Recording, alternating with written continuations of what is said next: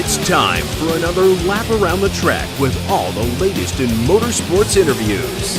Sometimes we get bent feelings, but we can't wait for the Bent Fender Podcast with your hosts, Nathan Conway and Wes Llewellyn. Hello, ladies and gentlemen, and welcome to this another edition of the Bent Fender Podcast. I'm Nathan Conway, driver of the number 40 stock car here locally, and with me, as always, is Wes, the Asphalt Llewellyn. Asphalt. Yeah, might as well, man. Yeah, we're doing another good episode today, and we almost stepped into the PG territory with that nickname. Oh no, I'll put the P in it. Okay. Yeah. Okay. And no space. Well, we got another good episode this week, and we're staying kind of on the asphalt theme, as it were, with Mike Royal coming on the show today, and fresh off a feature win at Kentucky Motor Speedway. And I figured that he was one of those names that we had on the list for quite some time anyway. But what better way to go ahead and kickstart that right after a feature win? So that's a pretty good deal. No, it's great, and again, get to meet somebody new, get to experience some new talking, get to learn some stuff about a form of racing that I'm not familiar with. So Right. Always good stuff. You yourself have not been to the Kentucky Motor Speedway yet. I have not. I've driven by it. Yeah. We have. But that's about it.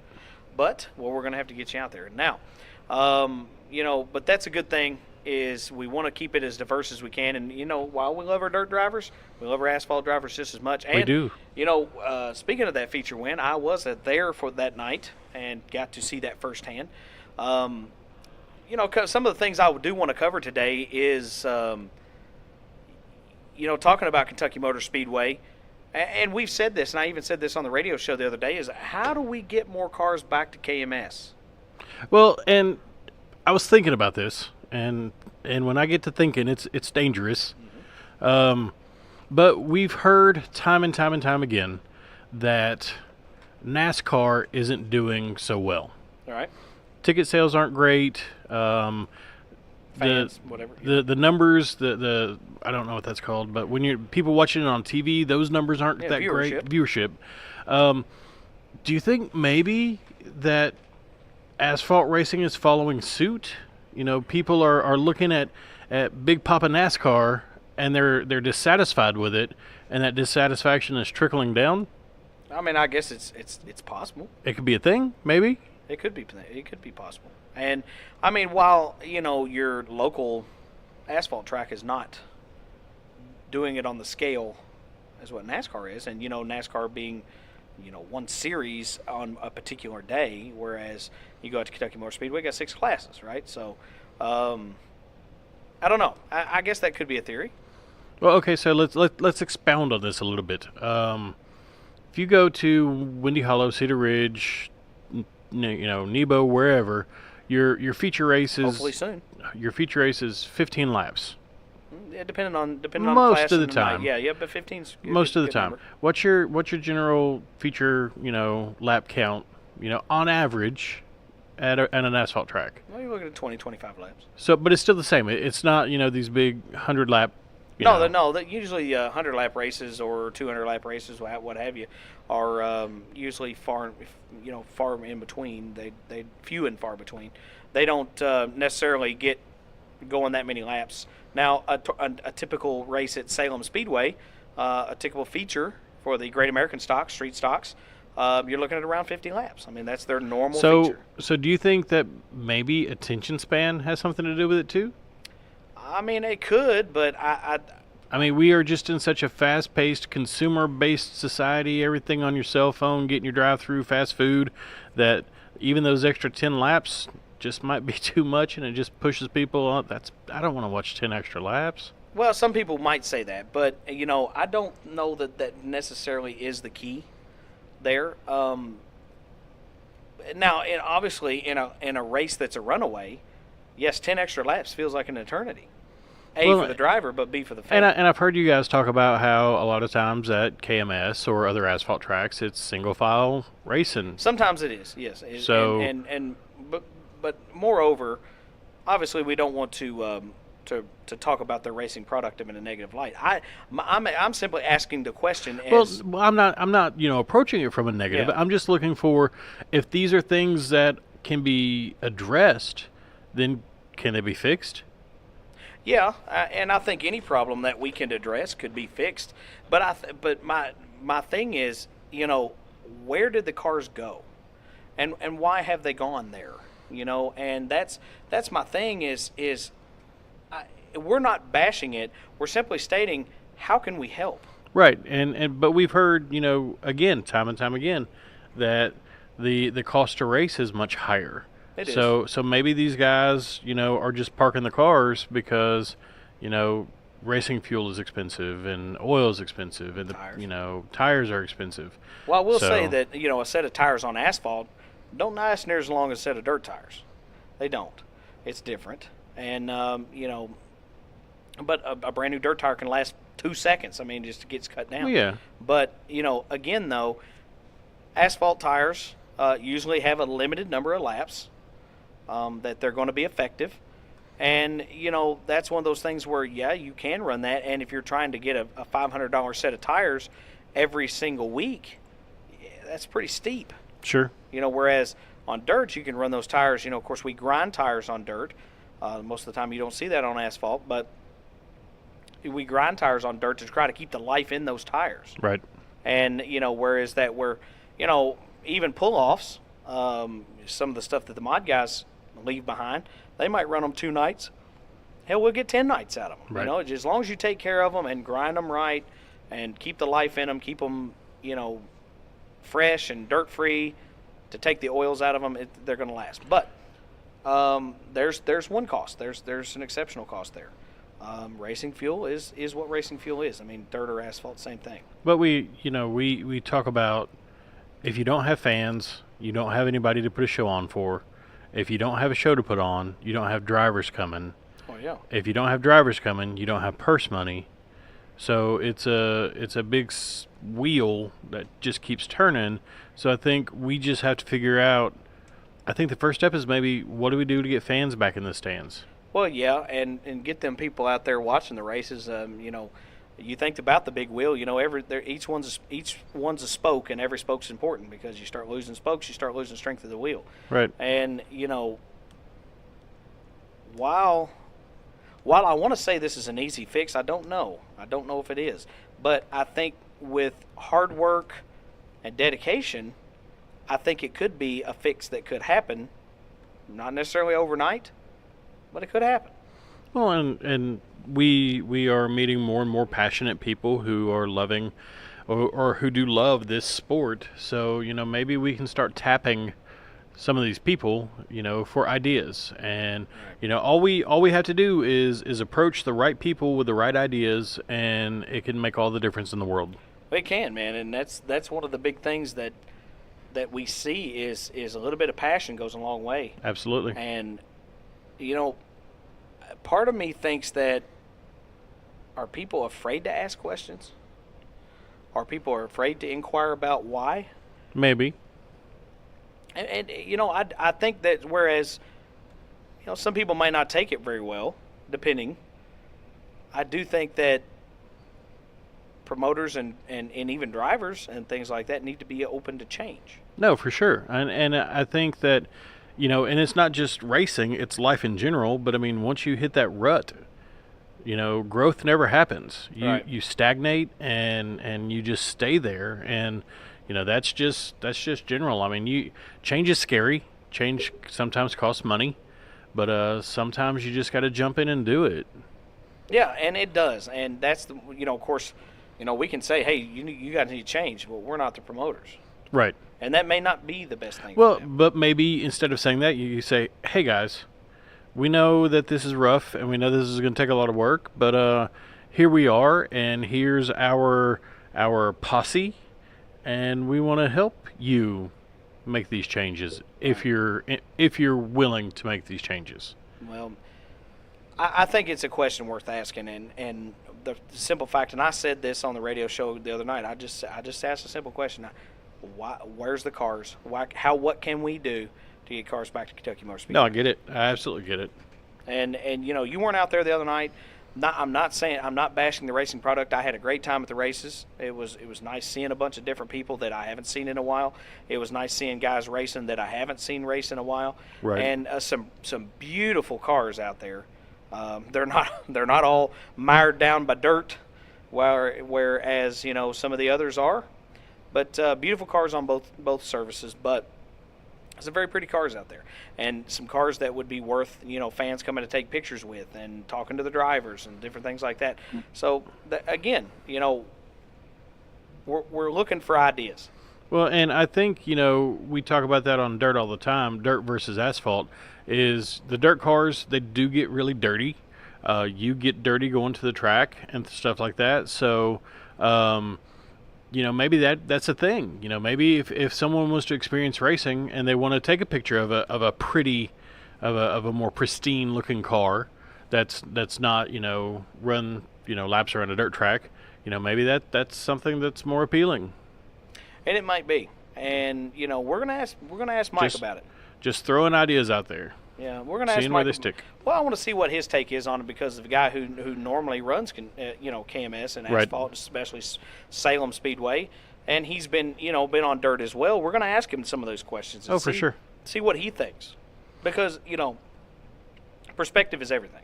Agreed. And getting a guy who looks at it from that perspective all the time,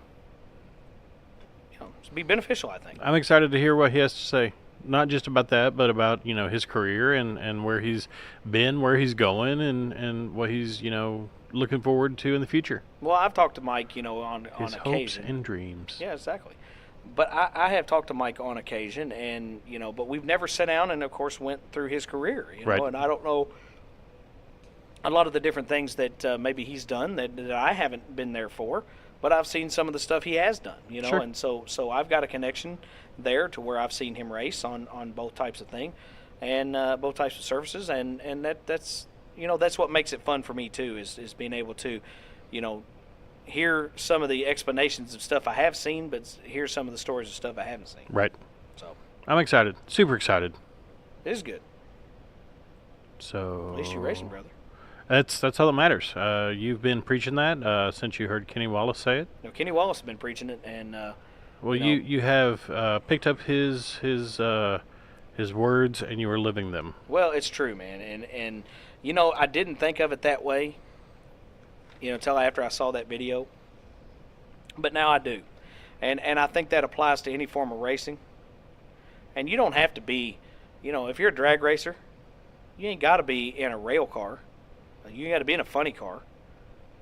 You can be in the old stock eliminator class, or you can be in the, just whatever, just drive it off the street, man. As long as you're racing, brother. Makes sense, doesn't it? Well, and it goes back to the things that we talk about all the time, and off the air, on the air, whenever. It's all about making memories, having fun, and being with the people that you love, and your racing family is just an extension of your regular family. So why not get out there with the people that make you happy and make you smile? Well, sometimes it's better on some occasions. It's just dependent. But no, just getting out there and doing the thing. I think that's important. So. Well, and again, support your local racetrack. Fans in the stands. Right, and I can't go all the time. I think that's well known on this show, and I don't want to keep apologizing for myself or keep giving excuses, but I can't. I can't go to the races all the time. I have picked up your mantle a little bit, and I'm trying to go for you. Yeah. There's enough of me to represent both of us. Right, and you can also represent with that swag on that we have, our racing shirts. They're nice. They're nice racing shirts. Hey, we gotta inquire about when our bent fender shirts are going to be done. It's a good thing. May not be widely available, but just depending on what kind of an interest there is. But if you guys want them, we'd be happy to let you have some. There are bent fender shirts coming. So that'd be a good deal. Well, bigger things coming than that, but anyway. Well, I think we ought to not shortchange Mike's time. No, not at all. Since he's been gracious to come down here. Again, down here, it's not necessarily Field Trip Friday anymore, considering that, Fairview IT Management kind of is the place where we do this now. It's kind of like our vacation home. Right. It's our home in the Hamptons. Exactly. And, Gabriel Kirtley, Fairview IT Management, been wonderful to us, and, we can't thank him enough for giving us space to do that. Along those lines, sponsor-wise, we have them. We do have sponsors. So we're going to go with Mach 5 Race Cars Parts and Carts, Fairview IT Management, of course, Gabriel Kirtley and the gang, and John Hayden down the gang down at Mach 5. Martin's Towing and Recovery. See Tree Monkey for all your towing needs. Chad's Barbershop right there in Whitesville, Kentucky. Glenstone Construction out of Henderson. Slingshot Media. Kevin Russell and the boys can hook you up with a great-looking ad. Well, and how they can do that is put that on their TVs, several locations, and all kinds of screens to get your ad playing all the time. It's true. And if you need that ad designed for that, it's a one-stop shop. Red Star Graphics can certainly take care of it for you. Here at the podcast, Lori Kimball Home Realty, Willie's Carburetor and Dyno Shop, High Octane Racewear and Graphics, and Apparel, and Accoutrement. Always room for more sponsors. There are room for more sponsors. So if you or someone you love has been affected by mesothelioma, no, that's wrong. That's wrong. If you or someone you love knows someone who would like to sponsor the Bent Fenders podcast, we'd be happy to talk to you about it. It's way more affordable than you think. It is. And it's easy. We are a PBS telethon. Lemon squeezy. So, yeah. Well, operators are standing by. Yeah. I don't know who those operators are besides you and me. We will find somebody. Well, we will. We Absolutely. will find somebody. But you can get a hold of us 24/7, and how you can do that is on Facebook, Conway Racing Team. Also the Bent Fender Podcast, Twitter, at Conway Race Team, Instagram, Conway Racing. You can find us on both our websites, www.conwayracingteam.com and thebentfenderpodcast.com. If you are looking for us on social media, you have found this podcast and maybe you're listening to it on the website, want to get it on your smartphone, you can do that. For the Apple folks, iTunes. For the Android folks, you can find it on the Google Play Store, Podcast Addict, Podbean.com, Stitcher, Spotify, TuneIn, iHeartRadio, YouTube. So we've got you covered pretty much anywhere you need to do that. Yep. As always, the companion show, if you want to hear several different driver interviews, you can see Blake Smith, Regional Motorsports Power Hour, every Monday night at Maloney's. So, support our friends there. Blake is a good friend of ours, and we are a good friend of Blake's, whether he wants to claim it or not. And, go support those guys as well. Get down to the Speedseum, part Absolutely. of the Owensboro Museum of History and Science and Natural History. Stuff. Yeah. Get down there. Not just the Speedseum. I mean, they have all kinds of different activities for kids and history, and you can look at dinosaur fossils, and you can play instruments and see. Much to the chagrin of your parents, of the parents of the kids. But yeah, get down there and check out those exhibits and support another local business and support local history and culture. Well, the Speedseum is important, and if you haven't gotten down there to see it, there's all kinds of classic stuff down there, from old, classic stock cars to classic drag cars. You know what we should do? Hey, the regatta. We should record a podcast down there. No, we should. We should do a live taping of a podcast at Speedseum. That'd be cool. It would be really cool, actually. Considering that we kind of want to get a relationship with them, because they go hand in hand on everything we're trying to do. True story. As keeping the motorsports history alive. Mm-hmm. So, yep. If you got the chance, get down there. They're open every day, I guess, like 6 days a week. Yeah, like 9 to 5 or something like that. Yeah, 7 days a week, I think. And so get down there and just cruise through it. Sure. It's not as big as it should be, I will say that. But what it is special, and what it is awesome. It is. So you can see all kinds of old photos and different interactive things, and it's a good time. So Agreed. take your kids down there; they'll enjoy it. Now, buddy, I think we've done all the housekeeping, and I think we probably shouldn't keep Mike waiting any longer. I think you are correct. Because he's staring at us. I know. So. Well, we're going to go ahead and throw it to that first commercial, and we're going to be back on the other side with Mike Royal. Breakdowns, collisions, lockouts. Things can happen on the road at any time. That's why you should call Martin's Towing and Recovery. We have years of experience to help you in your time of need. Within minutes, we can provide you towing services, jump starts, gas refills, and even unlock services to get you back on the road. We are proud to be able to provide honest, dependable service that our customers have come to trust. Please give us a call 24 hours a day at 270-929-0718 for all your automotive emergency needs.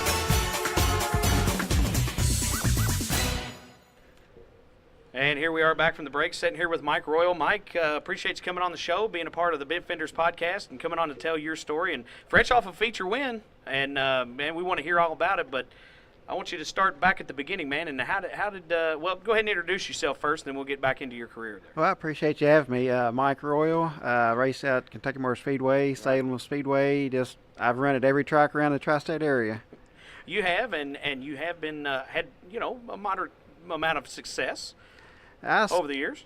Well, yeah, it started out good, and then I guess about 10 years into it or so. This is my 29th year. About 10 years into it, I think I probably peaked out. I won quite a few races that year, and then after that, I just started running part-time anyway. So, and it's hard to win running 2, 3, 4 races a year. Yeah, and that is true. And but things change in life, and we can't always run a full schedule like we used to be able to. Yeah, the financial budget, that was really what got me about running. I would love to run every week, and hopefully rumors are true that there's going to be some tracks running every week next year, and that will be good for the crowd and I think for the racers. So, yeah, I think we'll get back into it again full time. Well, the good thing about it is, man, and that's one thing that we preach here all the time, is support local racing, and that's the deal, man. If we don't have the fans, we don't have the drivers, and we don't have the tracks, then what do we have? Yeah, one point on that, it's my personal opinion, I think it's hard to do this to support the local tracks because I don't really know when they run every week. Because you got one track running this week on a Friday night, and then this week on a Sunday night, and you're skipped 2 or 3 weeks, then you're back on a Sunday night, and it's hard for me to keep up with it. I know it's hard for the crowd. It is, and that's a good thing. That's a good thing about social media these days, though. We can kind of keep connected. Yeah, that's a good thing about social media. It can help you or hurt you. Yeah. Well, we will get into that, but let's go ahead and take it. Let's go take it back to the beginning, man. How did you get started in the sport of stock car racing? Did you get your dad take you, your aunts, uncles take you to the races, or? Actually, my ex-brother-in-law, which was my brother-in-law back then, David Harrington, the flagman out there at KMS. He was married to my sister, and I used to go watch him. And then when I got old enough to get in the pits, I would go in the pits and kind of wasn't helping them, but I kind of hung around them. And then his car owner, Steve Coburn, he used to work for my dad. We had a pallet company, and he used to work for my dad. And one day he said, well, you need a race car. He said, let's build you a race car. Of course I do. I said, well, okay. And so he got the bug in me to start racing. Yeah. And then he up and moved to North Carolina and didn't get to help me get started. But then I started talking to Nick Estes, and one thing led to another, and I bought Dwight Estes' old mini stock, old Pinto. Wow. So that was the very first car I had, and actually Nick's the one that got me into racing, I guess. Well, tell us about that first car. I mean, a unique car, the old Pintos. And they did have a pony stock class at one time, and kind of a mini stock what it would be, I guess, these days. But how was it back then running those old cars like that? It was fun. Like I said, I was new into it. Really didn't know the setups on leaf springs and stuff like that. But it was fun. I would do it all over again if I could. But like I said, Nick sold us a race ready car in, I guess, 1988. Me and my next door neighbor were going to be partners in it. He was going to run one race. Always starts. He was going to run one race, and I was going to run another race. And by the time we got the car ready to go, he done backed out. So it was just me. So I guess that helped me. So. Well, now, did that start out at Kentucky Motor Speedway? Is that where you started? Yeah, Kentucky Motor Speedway, and the building barn I used to work on a car was a horse barn. It was just big enough. I didn't put it up front with the stables. We had a back where we had the feed and all that kind of stuff, and it was just big enough for a Pinto. So pushed it in it. You could barely walk around it, and it had a tarp as the door. And when I pulled engines, I used my mama's swing set. And old A-frame. I think everybody's done that before. So. bent the middle out of it back trying to get it out. Well, it is kind of ironic that you were working in a horse barn on a Pinto, I guess. So I guess I never thought of it. Kind of the part of the course there. But, tell us about that first night, man. You get your car ready. You get everything where you think you're ready. We never are. We all never are. But, tell us about that first night rolling in those gates, and you're like, man, we're gonna do it tonight, man. We're going to race. It's been a long time ago, but it was nervous. Like, I still get butterflies when I strap in a car. I think if people say they don't, they're lying. Yeah, right. I mean, you can be racing 40, 50 years, and you're still going to get butterflies until the green flag drops, and then it goes away. But I was nervous, never been in a car before up until I got this car, and I didn't know a thing about it out here running against Scott Greer. That Old biggin. Yeah, that's won a bunch. Tim Banks and a bunch of guys from Madisonville, and I was in over my head to start out with in a mini stock class, but I went out there and had fun, and I think I won one heat race the first year, and then the second year I started winning more and winning some features. But the first year it was a beginning learning curve, I guess. All right. Well, tell us about that learning curve, and tell us how it, how it was going through your mind. Did you have anything that, like, I want to learn from these guys, or I kind of want to do my own thing, or I'm gonna follow these guys around, see what happens? Well, me and Tim Banks, we were pretty good friends, which we still are now, and he was running these cars, and him and my sister went to school together, and I used to go to the Sebring, Daytona, and all that with Tim. Yeah. So we had that connection, and I would go to him for a little bit of help, but mainly I stick to one person. I don't go. A lot of people go ask 10 different people how to set the car up. You get 10 different answers. Right. So I would go to one, stick with them, and if that worked, stay with them. If not, then I'd go try something else. But I always, with the mini stocks, if Nick Estes said do this, I don't care what it was, I did it, and it worked out. And that is important because we do hear that a lot. How people will get several people's different opinions, and they are different, and maybe what's working for this guy is not going to quite work for you. Yeah, that's correct. And you can have two. The same guy build one car, which I worked for a few ARCA teams and for Bruco, and you can have the same car built by the same person, or several different cars built by the same person. Every one of them reacts different. You can have different springs in them to make them go around the same track, and that's the same way with these other cars. If you start listening to everybody, you're going to be way out in left field. You listen to one person, try this, then try this, and then try that, and you're going to hit it. Well, I want to hear about the very first heat win, and you get out there and run your heat, win the thing. How did it feel pulling back in those pits? I mean, were you just charged up after that? I actually, honestly, do not remember. That's bad to say. I don't remember my first win, but I remember I won one race, and I mean, I'm sure I was happy and tickled to death because I was just happy to be sitting in a race car. Yeah, and that's the main thing, is having fun doing what you're doing, and a lot of guys will put a lot of pressure on trying to win, but got to win the race, and that's where you're going to come up short a lot of times. Yeah, like I said, I've been in this sport long enough, and I've spent a lot of money and a lot of blood, sweat, and tears, and I've spent probably way too much money in several years.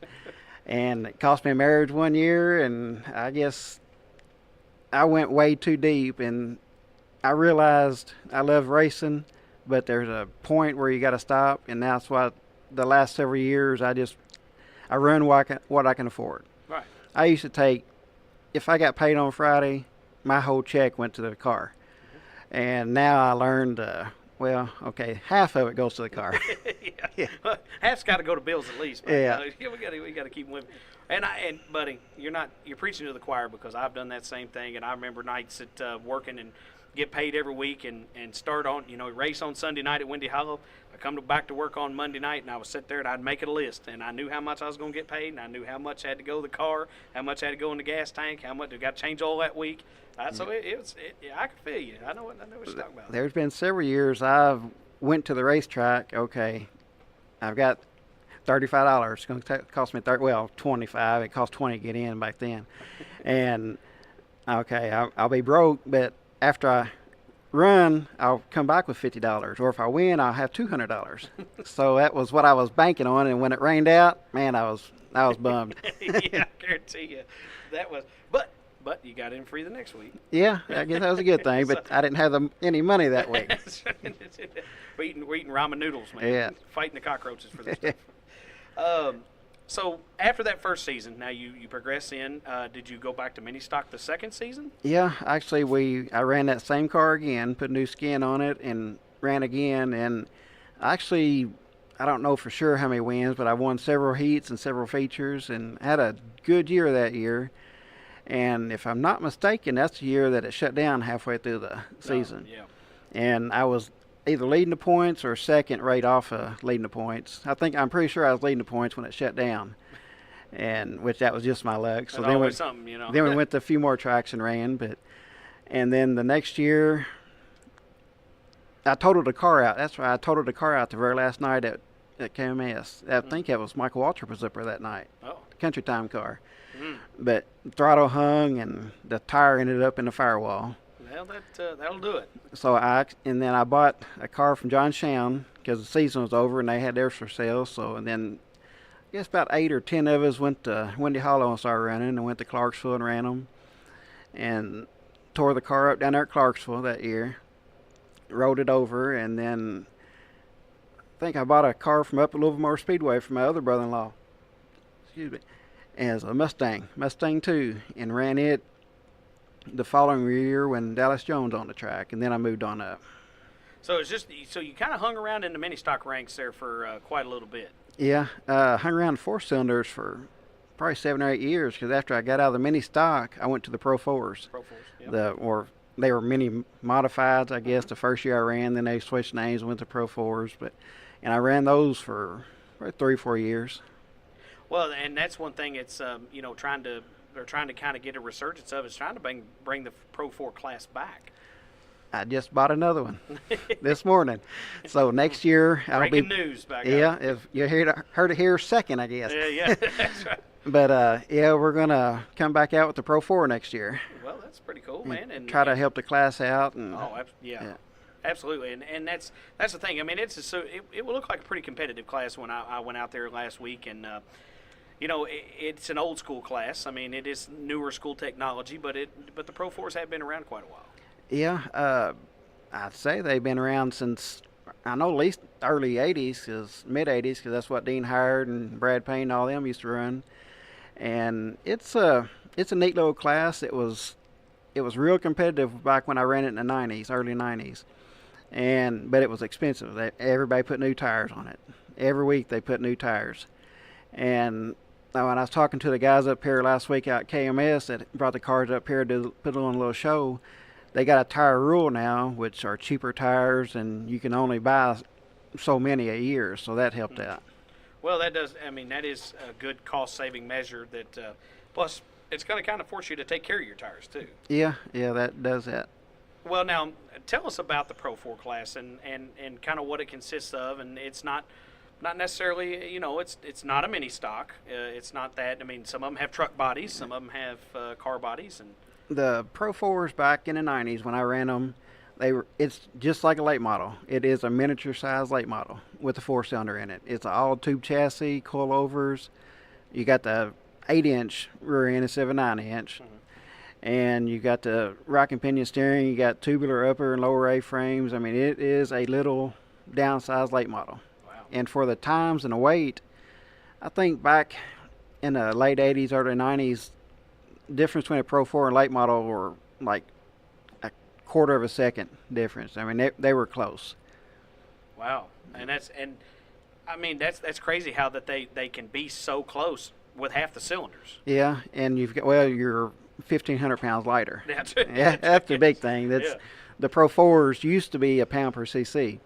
So 2.0 2000 cc only had to weigh 2,000 pounds. So, and most of the late models were 3,000, or the cars now are like 3,200. So now we're talking about an asphalt late model. Obviously, a lot of people will know what a dirt late model chassis would look like, but asphalt late model's a lot different. Just looks like a big, long stock car, really. Yeah, it's like I said, there wasn't anything factory on these cars. Right. It was all made for racing. But now, what I saw up there this year and what some of them are doing, some of them are running those type cars, and some of them are racing the old mini stocks with the stock front clip, and then the rest of it tubular. Okay, kind of like they do with the modifieds, have a stock front clip, and then build everything off of that, and then have your aftermarket body. Yeah, I was going to say limited sportsman because that's what we used to asphalt. I compare everything to asphalt. Yeah, that's true. Yeah. But it's stock front clip and the rest of it ported, and that's what the trucks are that we're running up there. Wow, that's pretty cool. Because we've seen some of the truck classes that they've had, the Pro Truck and different things like that, but it's pretty neat to where you can build a chassis and put a truck body on it or put a car body on it, or I'm sure you got to modify it just a little bit depending on what you're running, but Yeah, you've got to modify it a little bit. Just the roof height is the main thing. Yeah. Can't do that. We ain't passing under no bridges now. Well, I want you to talk to me a little bit about, okay, so you've run a little while on asphalt. Now you're going to transition to dirt a little bit. Yeah, the year that KMS shut down, we all went to run dirt, and that was my first taste of dirt. I had fun. Running dirt is fun. There's a lot of people that bash dirt, bash asphalt. Yep. That dirt's too hard on a car. Asphalt is one lane, one groove racing, but it's all the people that's racing. Yeah. It's one groove racing if you make it a one groove track. Right. I love the outside, so I make it a two groove, and that's what won me a bunch of races back in the day. But then dirt, it's more fun. I think racing on dirt is more fun, but it's the working on the car during the week. It don't matter. I used to take my car, asphalt car, and put dirt tires on it, go run dirt a couple times a year. And I could run it in May, and then August, September, I still had dirt falling out from underneath that car when I was underneath of it.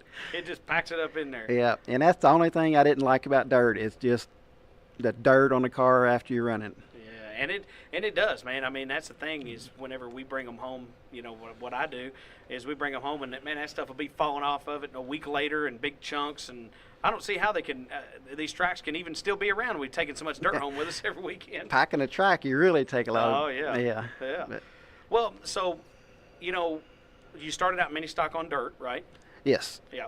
And so tell us about though going to there and some of the challenges of like, okay, I know what I got to do at Kentucky Motor Speedway.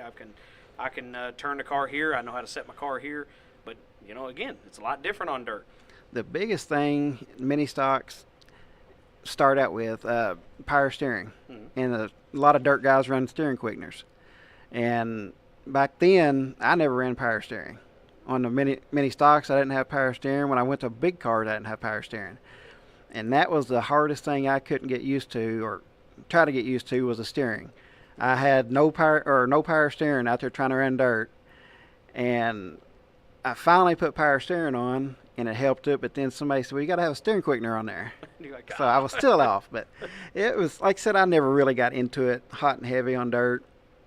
Asphalt's been my passion, but dirt's fun. So it's a good break it up kind of thing. Well, now, when did you get started in some of the bigger cars when you started running, thunder stock and I guess street stock and different things like that? It was probably mid-90s, 95, 96, whenever I got out of the four-cylinders and moved up to the street stock. I ran a street stock that year, and then I moved on up to the Sportsman and the limited late models. And I've run, I guess, every class at Kentucky Motor Speedway except for figure eight. And then I did that on dirt. So I've run, if it's got wheels on it, I've raced it.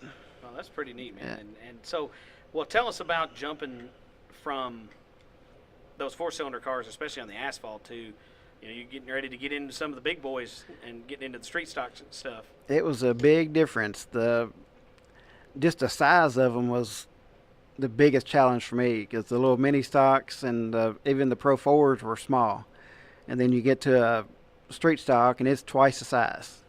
And the weight on the Thunder stocks back then, I think, was 3,600 pounds, and that's almost twice the weight that I was in.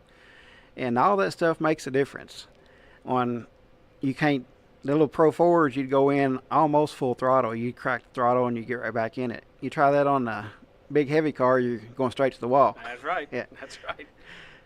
Well, they, I remember back when the Thunder stocks were the original Thunder stocks, and then we're talking, stock wheels, stock steel wheels, DOT tires, 305, and, not a whole lot of cage to speak of.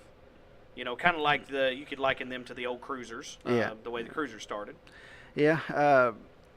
Whenever I first started out in a street stock, which was they've changed names so many times. It was a class above. Yeah, it was a class above Thunder stock, which I think they were called street stocks then, and so it had a full cage in it. But I've drove a couple cars that didn't have cages in them or had cages in them. You got out and said, "Why did I do that?" Yeah. I've been there. I've been there. I've seen some figure 8 cars like that, and I'm like, oh no, somebody's gonna get killed tonight. But after you get a little older, you start. When I look at a car now, I go up and look at the cage and look at the welds, and I can walk around to any track, and a lot of people look at bodies, a lot of people look underneath the hood. I look at the cages and just see what people are doing and see how they're building cars and seeing if they're safe. So. Well, that's something, we talked to Mikey Gray last episode, and Mikey was talking a lot about safety and how, you can spend your money on motors and you can spend it on transmissions and this and that and the other, but if you don't have a safe car, then what's the point? Safe car and safety equipment. I've been guilty of it I'm guilty of it this year, but everybody needs to have fire suits on, fire gloves on, good helmets, and I've wore my jeans out there before with my racing jacket, and that's not a thing to do. Just for safety, those jeans are going to catch fire a whole lot faster, and we've seen quite a few cars go up in flames at these local tracks, and safety is number one priority with me anymore. Well, it's got to be, because here's the thing: if we're not safe, then we potentially are not going to be around to race, because and then that's just going to be horrifying for a family or the fans of the track, and it's just not what we need to put ourselves in that position. Yeah,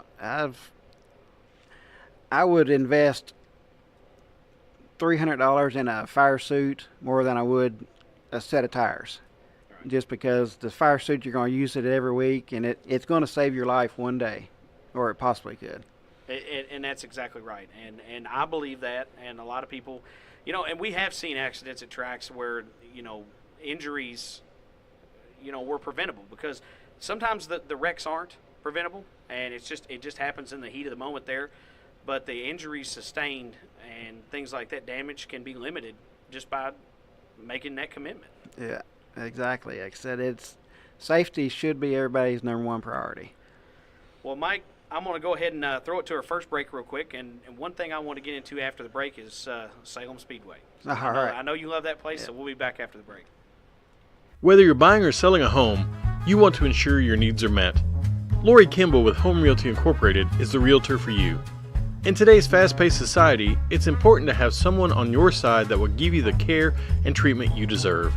Lori wants to build a relationship with you, and it's her full-service commitment focusing on your family's wants and needs that sets her head and shoulders above the rest. You can contact Lori today at 270-315-1468. That's 270-315-1468. Or you can find her on the web at www.lorikimball.com. Call her today to unlock doors for your tomorrow by building a relationship with a realtor who's here for you. And we're back from the break, and just like I told you, Mike, before we went to the break, I really want to get into your time at Salem Speedway. And Salem is one of those tracks. It's very intimidating if you look at it. Basically a baby Bristol, and it's tough on equipment, tough on drivers, but from what I hear, they just absolutely love the place. Yeah, once you get over the shaking and the nervousness of running up there, we talked about it a while ago too. Once the green flag goes, the jitterbugs go away. At Salem, they don't.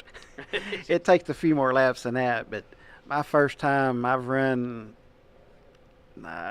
20 years up there, 20 races up there, the Halloween 200, and the first couple of years I was nervous almost the whole race. But then after that, it's get back to only nervous until green flag drops or a few laps into it. But it's a scary track.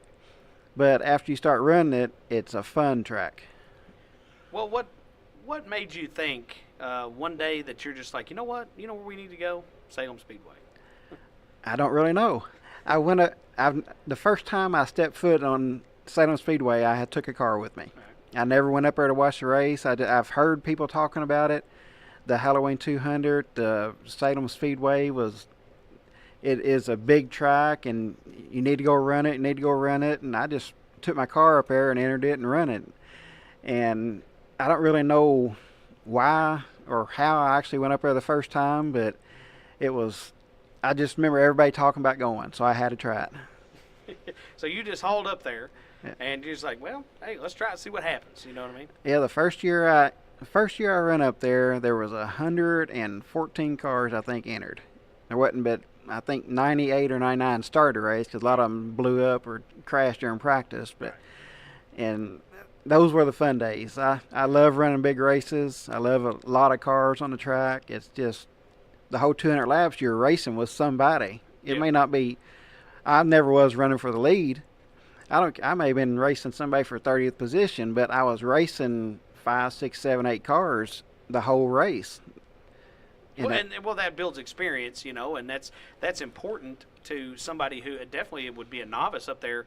Yeah, you may not want to get up there to maybe you don't want to go to the high side yet. The high side of Salem it is up there and it's treacherous. Yeah, if you run the groove, there's a hump in between 3 and 4 that you hit, and if you're not in the right spot, it will throw you up against the wall because you're probably, I don't know for sure, but it feels like you're a few inches off the wall already, but it's probably a foot. But if you don't hit that hump in just the right area, you're going to hit the wall. Well, that, and we've also seen that turn 2 there can be very, very scary because a lot of guys will get that's where a lot of spins happen. Yeah, that turns 3 and 4, if you run the groove and you're not scared anymore, it's going to be a good turns for you. 1 and 2, throughout the whole race, it's slick, and it's just going to get slicker. And the groove may be at the bottom for 30 laps, and it may move up the middle, and actually now it's moving up almost to the top. Well, they've got, I guess it was a couple of years ago, they repaved turn 3 and 4 and picked up a lot of speed on that brand new asphalt. And I hear now that since it's been sold to Bowl Massis and those guys, that they're actually going to go ahead and repave the rest of the track this coming off season. I heard the same thing. That will be real good for Salem and be good for their touring series like ARCA that comes in there too. But repaving that track, it's going to be nice because it is rough. It's a rough track, and that's what's hard on. I guess it's probably about like running dirt. All the bumps and stuff you hit, it's hard on shocks, real hard on ball joints. But it's just, if they repave it, it's going to be smooth, but it's going to be a whole lot faster. Oh yeah. And speed is a big deal up there because the speeds at Salem are already up. Big high banked half mile, and I'm talking about banks that are very, very steep. Yeah, what is it, 33 degrees, I think is what they are. I don't really know the exact number, but we were up there one year, and it snowed up there one year when we was running. It's rained, and we were up here trying to dry the track off one year, and you don't have to do a whole lot of trying to dry the track off up there because it's so steep. But we were going around, and if you wasn't going fast enough, your back end would slide down the track. Right. And I've seen several cars that was going around, and all of a sudden their back end just started going down to the bottom of the track, and then the front end followed them. Oh yeah. Well, I have myself after the races got a chance to walk up on the banking and sit on the wall, and I'm telling you, you look like you're staring off of a 3 or 4 story building. Yeah, it feels like that when you're running too. It's not as bad as when you're walking or just doing it slow, because while you're running you kind of forget about it or get used to it anyway. But the G-forces are really bad up there. Well, and that's something I was going to ask about is what does it feel like in that cockpit whenever you come down those straightaways, and the straightaways are banked as well, but and then really it kicks up into that banking, and you're like, oh man, here we go. Do you have to really have a hold to the car? Or 1 and 2 you do. 3 and 4 it's not too bad if you hit the bump right. Other than that, it's 3 and 4. It pretty much drive you around if you're not scared to get up top to the top. If you're down middle of the track or lower, it's going to push you up to the top. So, but turns 3 and 4 is not too bad. 1 and 2, you really got to be on the wheel. And that is one of those things where we describe it and we're serious about saying that is if you take the Bristol Motor Speedway and you take the Salem Speedway, they're very, very similar. Yeah, I wish I would have got the chance, or I had a chance. I wish I would have took it to go to Bristol and run our cars up there. Financially I couldn't afford it because you have to buy their gas, you have to buy their tires, and they're just, after you get to the track you're going to spend $1,000. Yeah. and that's just after you get to the track. So now, are you talking about the old Kimmel series when they ran it up there, or were you talking about what they the what CRA? Yeah, what the CRA's been running up there the last couple of years, where they've had 50 cars entered for the race, or 60. I think the first year they had like 100, but it's just CRA. You have to buy CRA tires, and then at Bristol, I think they said you had to buy the fuel at the racetrack, and that's just right there is just a lot of money. I run pump gas, and if I went to Bristol, I couldn't run pump gas. I'd have to run the racing fuel that was $10 a gallon. Right. So. Right. Well, that definitely is a hampering situation for somebody who just wants to, that has a car that could, fairly be legal for it, and just to have to cost you that much money. Yeah, that's the downfall of, I guess, nowadays racing. It costs so much to race. It definitely does, and it's not. While there is a resurgence, it seems like the cost of things are not going down, whether it be tires or fuel or even roll cage too. Yeah, the parts for the cars are going up and the payoff's going down. I think that makes sense, but we were running for more money back in the late 80s, early 90s than we are now. So.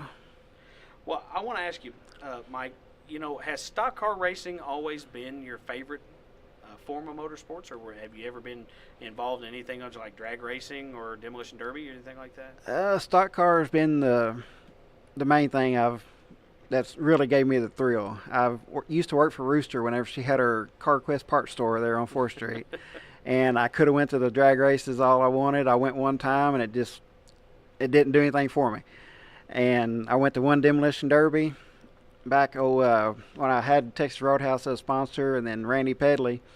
We kind of hooked up, and he said, "I've got a car here." They was driving on the street. He said, "Transmission about ready to go out of it." I said, "I want to put that thing in demolition derby." He said, "I ain't driving it." So I said, "I'll drive it." So we knocked all the windows out of it and got it ready for demolition derby out at Davis County Fairgrounds, and I pulled out on the track. They gave the introductions and stuff, and we started them up, went to take off, and it wouldn't pull. I got hit, and that was the end of my demolition derby days. So I said, "Well, this ain't for me either. So let's just stick to the stock car." Well, so you talk about stock car racing being a bigger thrill. Is it being able to, and a lot of guys will say drag racing is awesome, and drag racing is fun to watch. But, it's just such a short time, and you're only racing one other car, whereas stock cars, you're out there with X amount of cars on each race, and you can really, get up beside them. You guys can bang fenders and this, that, and the other. So is that more what the appeal of it is for you? For me, it is. I'd rather, like I said, I like the longer races. I'd rather run 50 laps than 20, or 100 compared to 50. I like the longer races. And I guess that's why I never really got into drag racing, because 6-10 seconds it's over. Right. And you don't have I still get the thrill of trying to catch somebody. If somebody's in front of me, that's what I'd rather be behind somebody the whole race and pass them at the end than I would be taking out front and running the whole thing out front. I want to race somebody.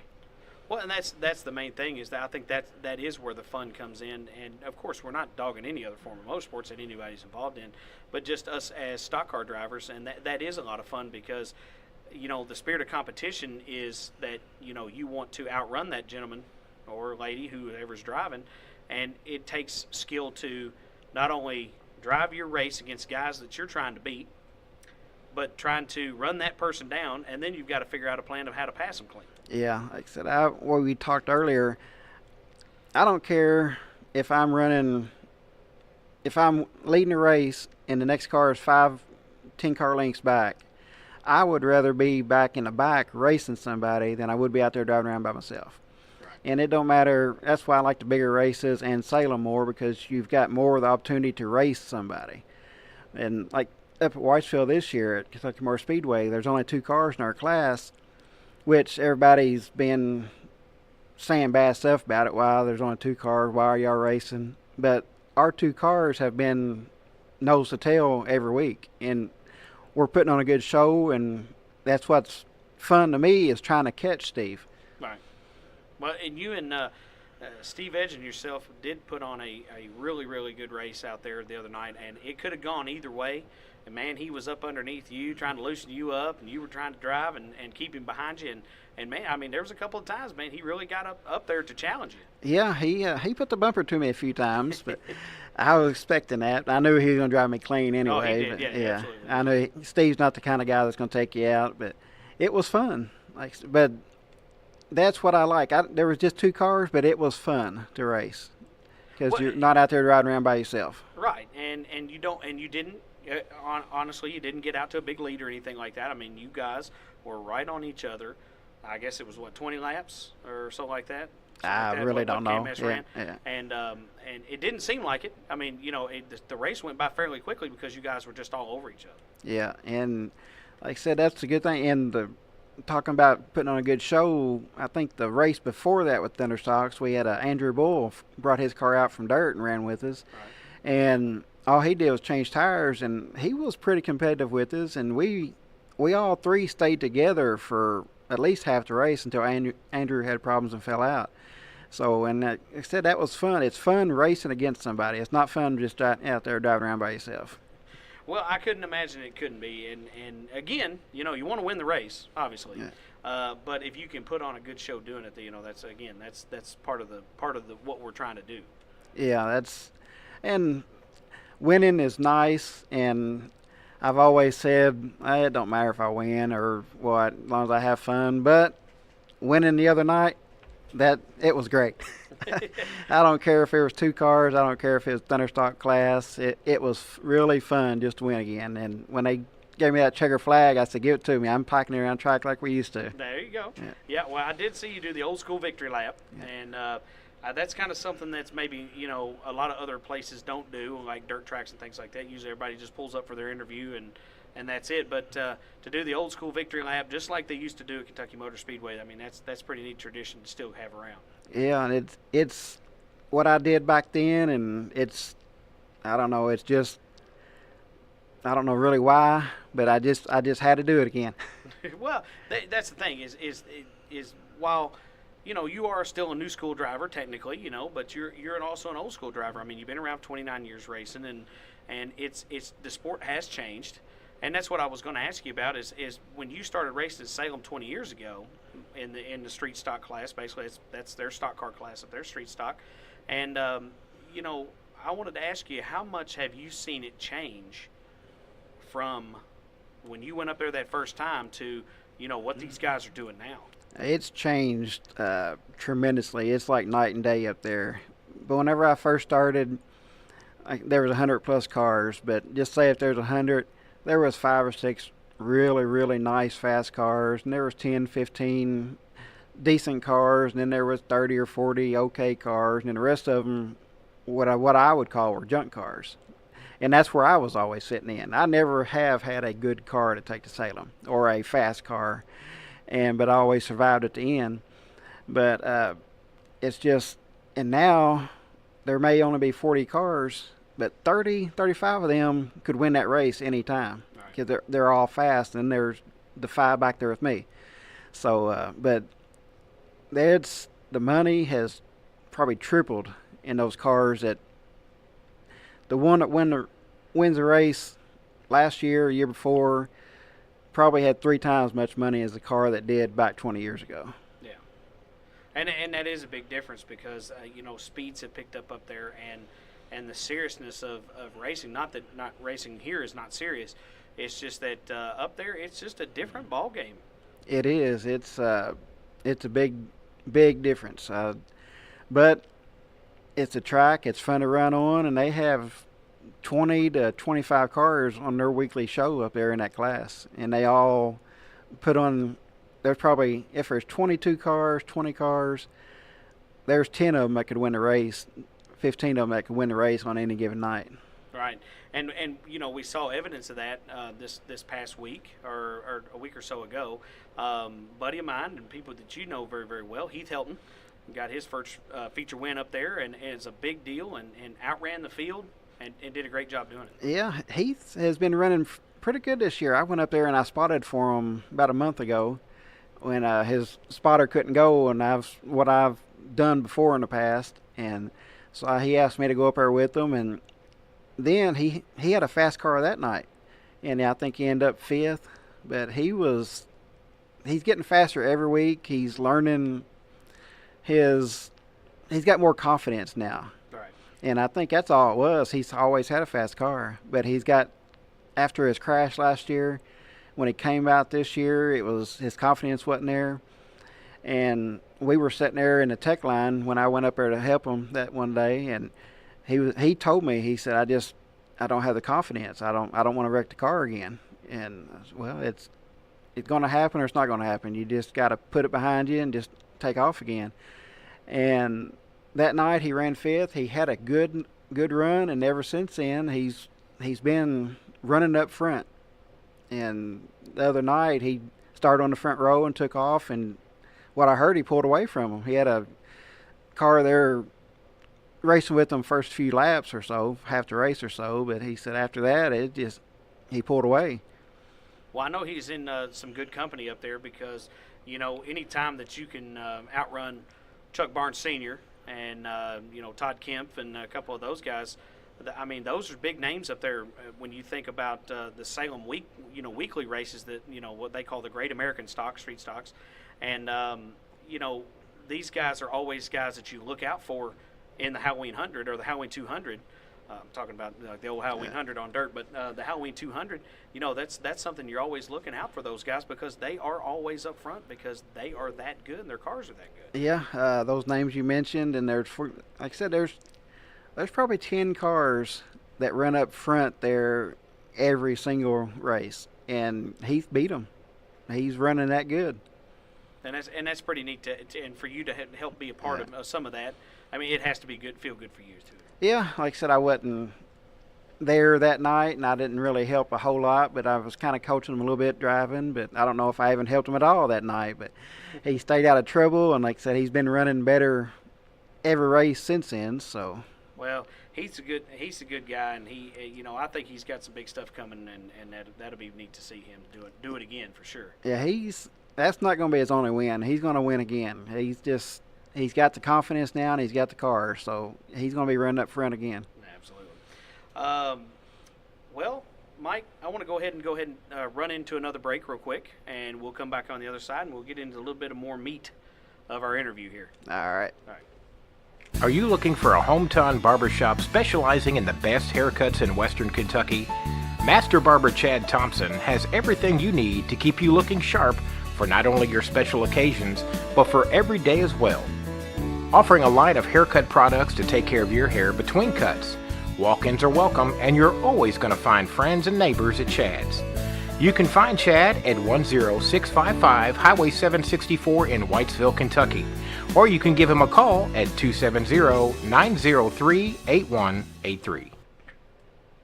Coming back from the break here, still sitting here with Mike Royal. We're down here at Fairview IT Management. We forgot to set the scene earlier, as we usually do. But, Mike, you mentioned something earlier with talking about Bruco and some of the Premier Glass stuff even in Whitesville whenever you used to work for them. But tell us about some of that stuff. Bruco, I could actually say I worked for Bruco, but actually I didn't work for Bruco. I was on the road with their sampling, Timberwolf, Longhorn stuff, and then on off days I got to go hang out in the garage and shop and do stuff. Winter times I got to work in the garage and shop, so I got to learn a little bit that way. Got to go to the races with them, being Victory Lane with Greg Biffle out at Phoenix with them, and that was a big plus. But I never really wasn't hands-on the cars that much, except for like during the winter times, until I went to Premier Motorsports, then it turned into Shelter Motorsports, and ran the ARCA, and then I was a fab guy there and went to the races, and I spotted for them during practice. They had a professional spotter come in for the race. But I spotted for them during practice, and I set up pit road for them. I set up the pit box and the satellites, and then during the race, I got the most spectacular, best job there was over the wall crew. I was a catch can guy. Hey, there you go. It's all important, Which I've made fun of the catch can guy for years and years, and while I was watching TV, I said, well, that guy don't do nothing. And a lot of people do think that until I became a catch can guy, and there is actually a whole lot to do, just being a catch can. You had to, when it did the 2 can stops, you actually had to hold the second can with one hand while it was putting gas in, then hold the catch can, and then you had to pull the gas can out while the other guy put the second can in. So it was fun, interesting. Had one close call. I don't even know who it was that was coming in behind us, but it was I got missed by probably a couple inches. A car slid in behind us, and she didn't. I think it was a girl. What was her name? I can't think what her name is now. But she came sliding in, and she stopped probably an inch or 2 inches away from my legs from pinning them up against the car in front of me. So, and we got the helmets on, the radios on, and you can't hear anything like that anyway. You see all these people getting hit by cars on pit road, and you can't hear. So it's pretty neat though to be eventually be an over the wall guy, because Jeff Hammond always said, real men work in the pits. Yeah, it was fun. I had a blast working for them. I wish I could have kept doing it. I wish I'd have moved to North Carolina whenever they moved the team out there, but we had a really good team there at Shelter Motorsports. It was quite a bunch of people from Bruco that came to work there. John Hayden was the crew chief, which worked at Bruco, and Eric Westain and Shane Russellberg. And like I said, it was a good group of guys that was worked there during the week, and then we went to the races, and we were the over-the-wall crew. Well, and it was pretty neat. I will say that myself is right there. Where you turn to go back to Kentucky Motor Speedway, right at the corner of Haines Station Road, Highway 54. Premier Glass Shop.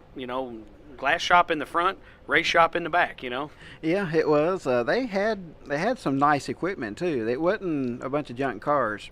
Back when Danny Kinney and John Hayden ran, when John drove for them in some bush races, they had 1 or 2 cars and were kind of fly by the seat and go to the races and spend what you could. But when Patrick Shelton started driving, he started renting it out, and then his dad eventually bought the team. It was, I bet at one time I think we had 8 or 9 cars in there, and they were not old junk cars. They were one car. I went to North Carolina and picked it up. It was the one that Kevin Harvick finished second Daytona 500 with. That was our Daytona Talladega car. So we had good equipment, and it showed on the track too, because we won several races. Now when you talk about you picking them up, and it was old NASCARs. Now is this we're talking about the Busch cars, or were we talking about some of the Cup cars? Stars? Yeah, they were all Cup cars. The ARCA series back then used to be old Cup cars. When Cup car, you run them, they'd run them 1-2 years, and then they'd retire them or sell them and stuff. And we actually, and all the ARCA teams would buy them after they'd have 2 or 3 year old cars, but a lot of them were good equipment. Well, but, by no stretch of the imagination are they wore out. I mean, all those those mechanical parts can be changed, and as long as the chassis is not bent, tore up, it's going to be good for what you need. Yeah, it's good for ARCA, and it was back then. I don't know what ARCA does now, but like I said, back then those cars were not wore out at all. It was just the Cup. You had to have new stuff all the time. It's just the way it was.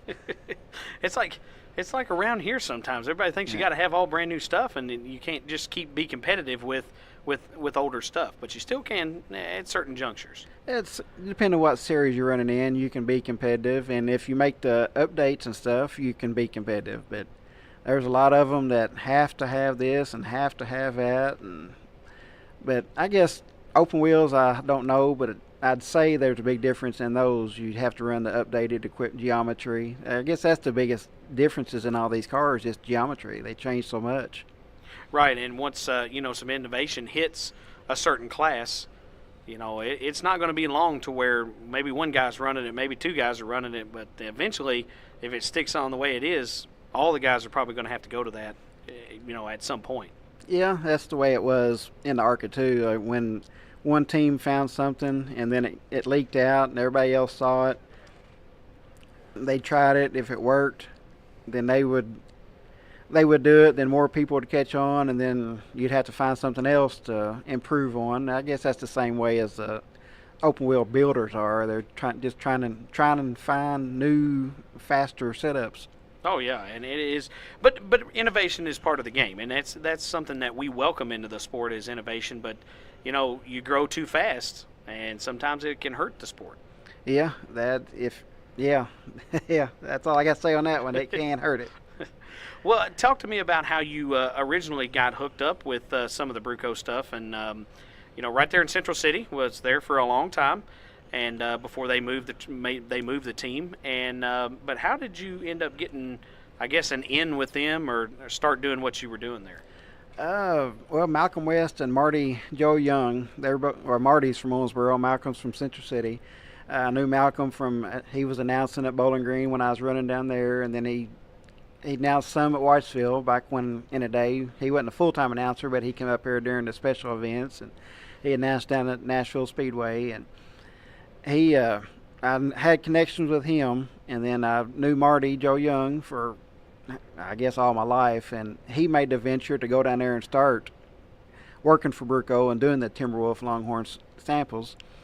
And I followed him down there, and then I got talking to Malcolm, and he said, "Why don't you need to be in the garage. You don't need to be out here doing this." And I totally agree with you, Malcolm. That's what I'm saying. So he's the one that got me in there, the part-time stuff, to learn some stuff, and that's where I learned most of my stuff after seeing cars and seeing what they do and how they do things. And then I came back here when I had spare time, and that's when I started building cars.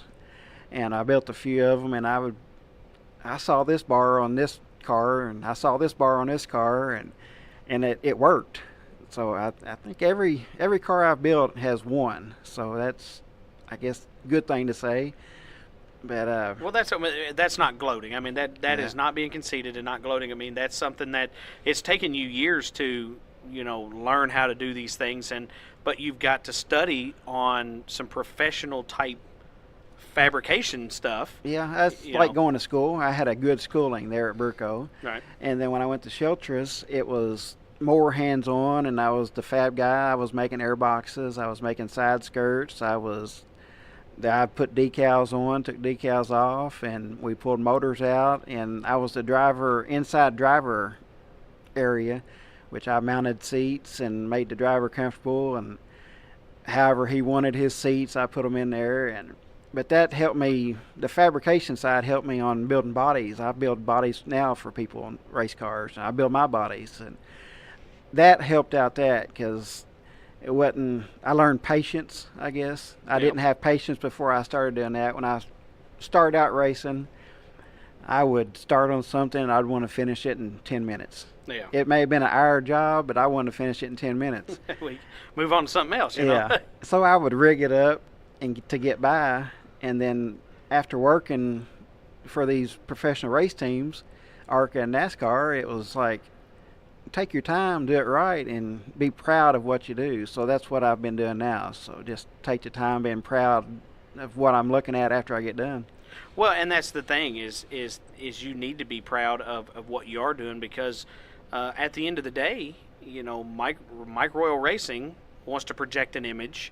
Especially, you talked about being with Texas Roadhouse all those years and having them as a sponsor, and how, that's the image that you wanted to project was, hey, I'm their driver, and I want to be their driver, but I want to look professional doing it. Yeah, that was the thing back when I guess all my years of racing, I've wanted to, I know sponsors want to see their car in victory lane, but more than that, they want to see you promoting their company.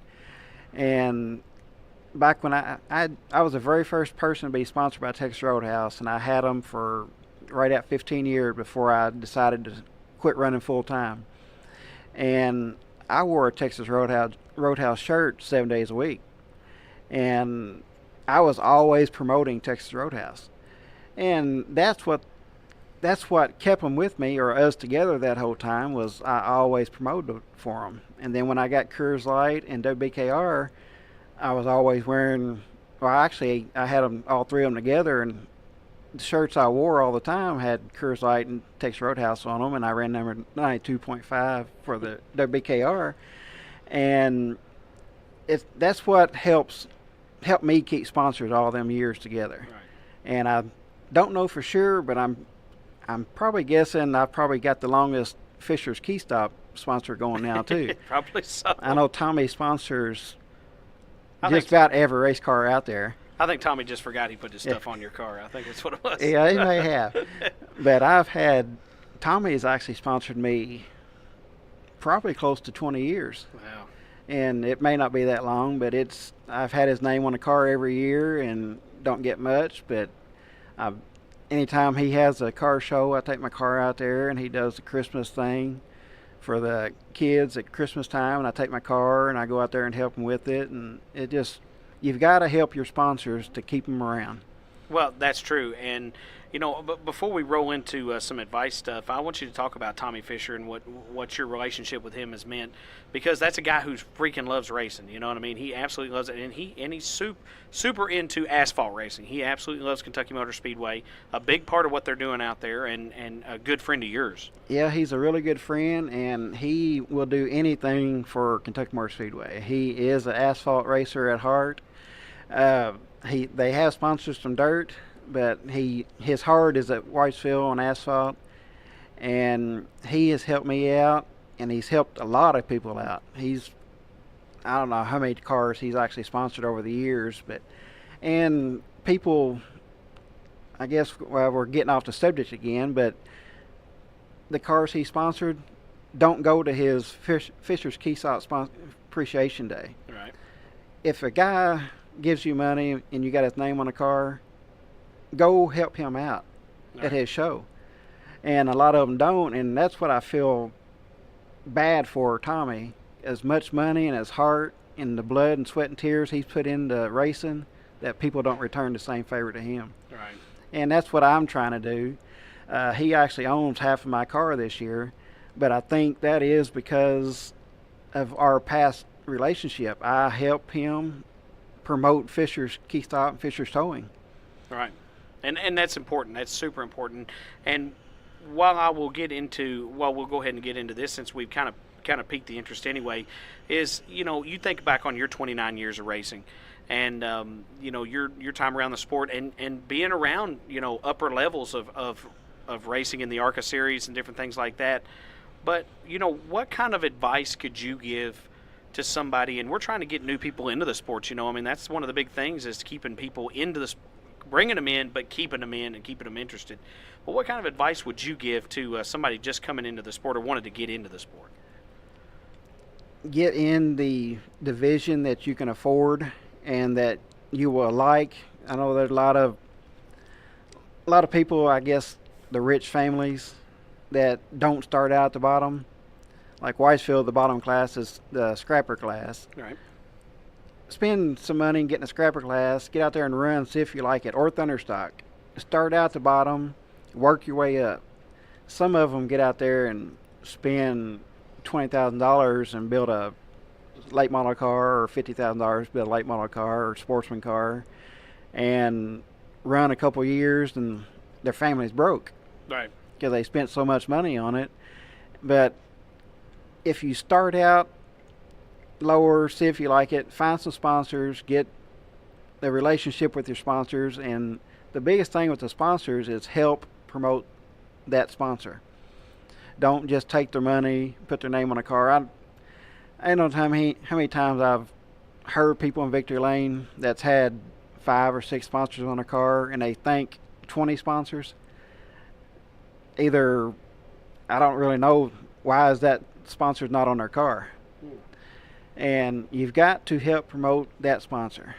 And when they do something like Tommy does to Fisher's Key Stop Customer Appreciation Day, take time out of your day, 2 or 3 hours, take your car that's got his name on it out there and put somewhere. Or like Texas Roadhouse used to have the car shows in their yard out there. Take the time to take your car out to those places and put. And when I had El Trubios for a couple of years on my car, and I took my car to El Trubios and just put in their parking lot, just so people could see it and that they were involved in racing. Right. Yeah. You just got to help promote that sponsor. Well, that is a big deal, because that's one of the things, and we mentioned this before, is sponsors are key to us. And I think that's one of those things that you were talking about there is, and we've heard this a bunch, is once these guys get burned once, they're done. They're done. I mean, it's going to take a whole lot to get them back in. Yeah, once, and that's happened quite a few drivers. I've seen it time and time again where they'll burn somebody and then that sponsor's done for. I won't, this guy did it, and they'll tell you what they did, and that's why they're not going to invest any more money in it. And it's bad for that person, but then it's bad for everybody else trying to get money to get out there and help you race. Racing's expensive. You're not going to get enough sponsors to fully fund your racing career, but you can take $100, and which is better than nothing. It's going to buy you oil or a tire or something. It may not be much, but you can help that sponsor out by helping promote them, like I do at Fisher's. And that's what Fisher's. It's not a big sponsor, but you help them out, then they're going to come back the next year. Right, and not only, do you have that they're going to come back next year, but you got the potential that it might be a little bit more next year too. Yeah, it could always be that, and with the bigger sponsors, it could be. Like I said, I don't ask for much, and just because don't run the full season, or I haven't run a full season, so I haven't. And that's another thing. If you're going to build a car, or if you're going to run and you go out and try to find sponsors, if you're not planning on running the full season, let that sponsor know.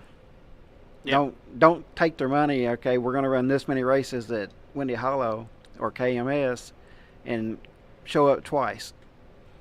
If you're only planning on running 2 or 3 times, say, okay, I'm looking for money, and however you want to approach it, but I'm only going to run X amount of races. Just to be up front with them, and that's going to help you in the long run. Right. And that is sound advice, because I mean, being shady is another way to to kill that relationship. Yes, it's you got to be honest with your sponsor and just take care of them. Right. Well, is there any other advice that you would give, whenever, besides, just take care of your sponsors, but we talked about this earlier, is you don't listen to 15 different people.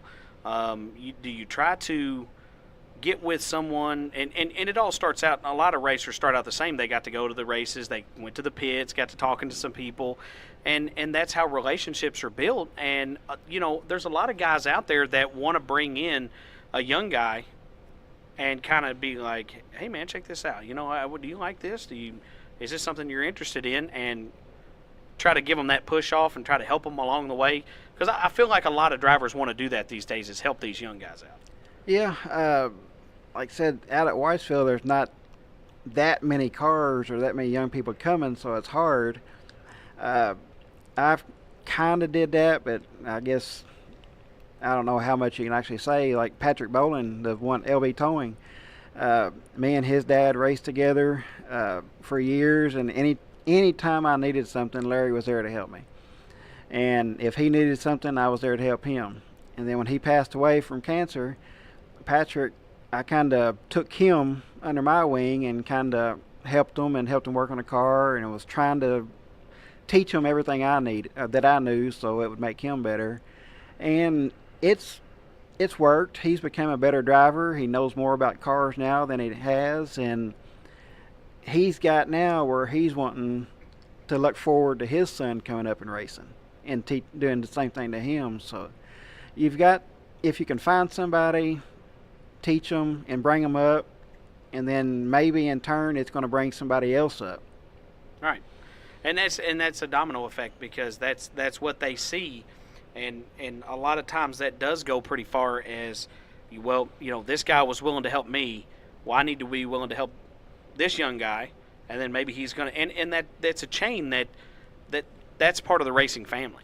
Yeah, if you go out there, which not very many people do, but if you go out there to the track, you stay in your pit area the whole time.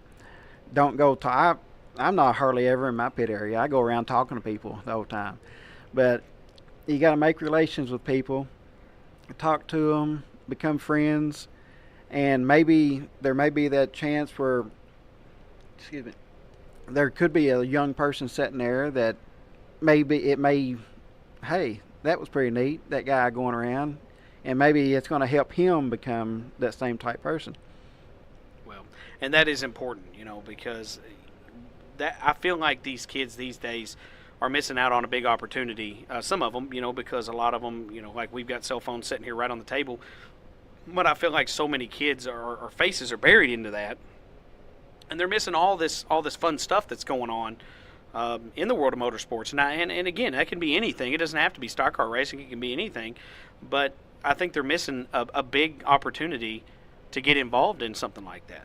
Yeah, technology has hurt and helped us now. So I mean, it's hurt by kids staying on their cell phones all the time, staying in the house all the time, playing video games. But in turn, the video games are helping these young NASCAR drivers move up so fast. So right. It's kind of a good and bad thing, but you've got to get out of the house. You've got to go do something. And why not go to Kentucky Motor Speedway, Windy Hollow, Cedar Ridge, go to a local racetrack, take your family, and just enjoy it and maybe get hooked on it. Right.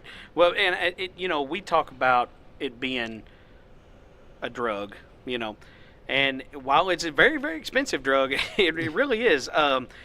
It's one of those things where if you're smart and you make good decisions in racing, it won't wreck your life, and it can keep you out of trouble. We talked to a gentleman several weeks back now, was when the Monster Truck Tour came here, and he said, I'm telling you, if you'll get your kids involved in motorsports, no matter what that is, you're never going to have to worry about them, because they're not going to be out here laying in the gutter doing drugs or drinking and drunk and driving and all this. And I feel like he's exactly right. Yeah, he is. Like I said, you've got to get, the sport's going to die out if we don't get any younger people in here. And the way racing has a bad reputation of people spending all their money, going broke, doing this, doing that, or burning somebody. But there is a lot of good in racing. Mm-hmm. I mean, my dad's the same way. He spent a ton of money on me racing back in the day, and now he's down on area racing because it costs so much. But it's kind of hard to explain to him, well, it don't have to be that way. Right. And that's back when I was younger and wanted to go full-blown NASCAR, and we got to have this, got to have that. But now that's why I was saying a while ago, start lower and then stay in something or work your way up. Don't try to jump all the way to the top. Well, you're right. We see a lot of people that come into the sport that will I've seen them run probably a half, 3/4 a season of mini stock. The next time you see them, they're in a late model. Yeah. And I'm like, what do you, wait a minute, there's 4 steps before you get there. What are you doing? Yeah, you need to, unless your family's totally loaded and you're full of talent, money buys speed, and money will get you up the ranks, but your talent's going to keep you there. And so it's, I guess, one way or another, I mean, however you want to look at it, you need to use your head in racing, and it will be a good sport for everybody. Right. It's not a bad sport. I've tried quitting several times because I get mad. These guys I can't run up front with these guys. They're spending this much money and I can't afford it. But then I sit back and look, it's what would I do? Racing's my life, and I would be bored. I tried quitting and bought a golf cart and started just going around camping, and it's like Sundays, I don't need to be at the racetrack. And everybody says it is like a drug. It is addicting. And it's hard to quit if you're a true racer. And it's just, I don't really know what else to say. It is hard to quit, but racing can be good. It can, and you do have to use your head when you're getting into the sport. That's another big thing. Just like we said, is we're going to have to make sure you can afford it. It's got to be sustainable, because if you go out there and blow all your money in one race, what have you done? Yeah, you were a racer, but you could have went so much farther. Just by being smart with what you're doing. Yeah, and I had to learn from that, and I'm doing it now, and I'm actually back to having fun racing again and trying to help bring more people up. I wish these tracks would get back to where they were in the 80s and 90s, and I think it can. It's not going to be as good as it was, but I think it can get back up pretty close to the top again. Yeah. Well, one thing I do want to ask you about, and I wanted to cover this earlier, but we got to talking so much. And I'll jump all over the place. No, it's fine. Hey, we just keep jumping. It don't matter. This is our show. Who's going to tell us how to run it, right? You know, I wanted to ask you about, you think about your whole career and the whole time you've been going to the races. And what are some of your favorite drivers, man, that you just were like, man, those guys are legendary, What's your list? Back at Whitesville, John Hamburg, which was in Stokey Hamburg, they're kind of related to my side of the family, the Royal side of the family, or the Hamilton side of the family. So I always liked John Hamburg. Big John had the Pac-Man on the side of his car. All right. And then after that, the Greens. Mark Green, he was probably my most favorite driver, and probably still is. To this date, it was just growing up, watching him, watching how cool he was driving, and then I actually got to spend time helping Mark Green on his car, and I took my Pro 4 over to his garage, and he actually worked on it one night, trying to help it get a little bit better. And then I worked with his dad at Bruco's, David Green Sr. So Mark Green is probably the most influential person that I know in racing that I loved watching. I still like watching when he races. I still keep up with him, still talk to him on Facebook. And then the Harry Best. Wow. The Best brothers, they were known, some of them were known for fighting, some of them were known for winning. And Harry Best, he's probably the most down-to-earth guy I think there is in racing.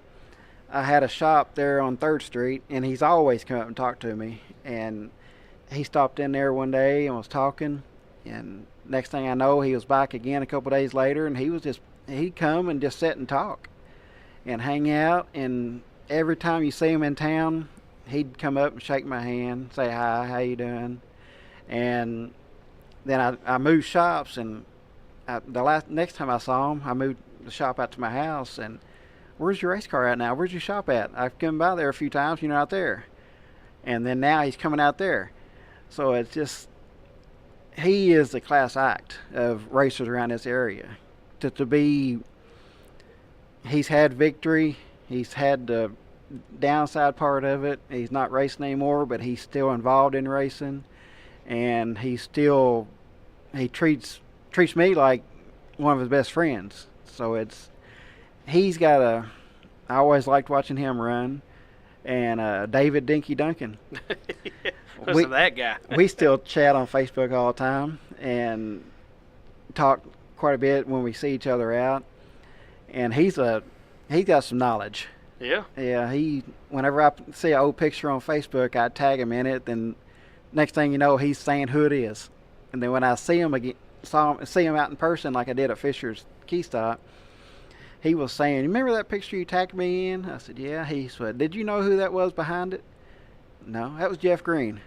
And that was David Green standing there, and then he would just he'd give you an hour conversation on that one picture. And he would be a good one to have on the show. Oh, absolutely. Yeah, and I full well believe that. And I think wasn't it last time they raced out of KMS, he was going to be the winner of the Scrapper Ride? Yeah, and he was in the hospital. He went in, I think, 1 or 2 days before the race, and had to have a heart cath or something done. But yeah, he's got a lot of knowledge. He's owned a lot of cars and had several drivers driving for him. And well, there's not a time that I don't remember being out at Kentucky Motor Speedway when, he wasn't sitting out there at that infield in that LB towing truck and, watching those races. And, I haven't got a chance to talk to him as much as, say, you have. But, my father knew him quite well, and but delivering down on the routes down there in the West End. And Dinky is, everybody knows Dinky Duncan, and he's a pretty cool guy. Yeah, I think he used to haul his car with a U-Haul truck. Yeah. Oh, man. But that's a good list. I mean, when you think about the grand scheme of things, and especially somebody like David Duncan that can give you you talk about having an hour conversation on just one photograph. I mean, you look at all the history that you can learn, and again, we throw that back to getting kids to listen to that and say, hey, look at all these guys that used to be, and this is how they used to do, and this is how it used to be, and kids, people that are ignorant of history are doomed to repeat it, not in a great way, But if they have that knowledge, I mean, it makes the sport so much better for you to be like, well, I know who came before me, and this is what they used to do, man. Now I'm doing it. Yeah, that's I love about Dinky. He's he's full of knowledge, and you can show him any picture, and he can tell you who it is and what they did, what year it was, and his mind's still real sharp. And there's things I can't remember from back since I've been racing, but he's remembering stuff back in the 70s and 80s, and he'd see a picture and he'd know who was standing in it, and you can't tell that. Yeah. But again, that's neat how you can that's one way to keep the sport alive. Yeah. Is to have those people and still be around the racetrack and just talking, having great conversations. Because again, that's what we talked about. You don't really hang out in your pit area. You like to get out and go talk to people, and that's one of those things where it's great to sit over and hear stories like that. Yeah, I hate working on a race car at the track, so instead of just sitting down, I walk around, talk to people, and see what they're doing. Just hang out, because you make a lot of good friends over the years of racing. Oh, yeah. And at Kentucky Motor Speedway, some of the older people are coming back and running again. Like James Vincent. Mm-hmm. He was running back in a day when I was running, and he just started racing again last year. And like I said, I go over and talk to him, and Steve Vincent, he's run up there for years and years. And like I said, it's a good social time for me, I guess, when you go to the racetrack. Oh, yeah. You get to race, and then you get to see and talk to people that that's the only time you see them. Yeah. And while, it is good to stay, some people don't really get on social media, but some of them do, and that's the way you can kind of stay connected that way. But the only way, because I think the best time to catch them is in their element. And I think that's when the best stories are going to come out is when they're standing right where some of those stories took place. Yeah. And like I said, back to social media, that could be good and bad. You can have enemies, and you can have somebody on there smarting off that don't know anything about what they're talking about and ruining it for these other people. Right. It's happened to me over the years of sponsors, people trying to steal sponsors from you or saying things that they don't even know what they're even talking about, and just making things up. And that part's bad for the sport. And if we could get social media with all positive outlooks, it would make the sport a whole lot better. That's true. And well, I mean, I did want to go ahead, and since we've already tipped the iceberg there, I wanted to talk to you about how social media has affected it. But do you think it's done anything good for the sport? I mean, keeping people connected to the tracks or the racers or anything like that? Yeah, it's more good than bad. It is definitely more good than bad, because it's giving people tracks an easier way of communicating with people. It's giving, like y'all or the radio show, better ways to get the word out and trying to help the sport. The bad part about it is when you've got people that's on there that just mouthing off, and I'd say half of them don't even go to the racetrack. Or have a car. Most of them don't have a car. I'd say 90% of them don't have a car. All right.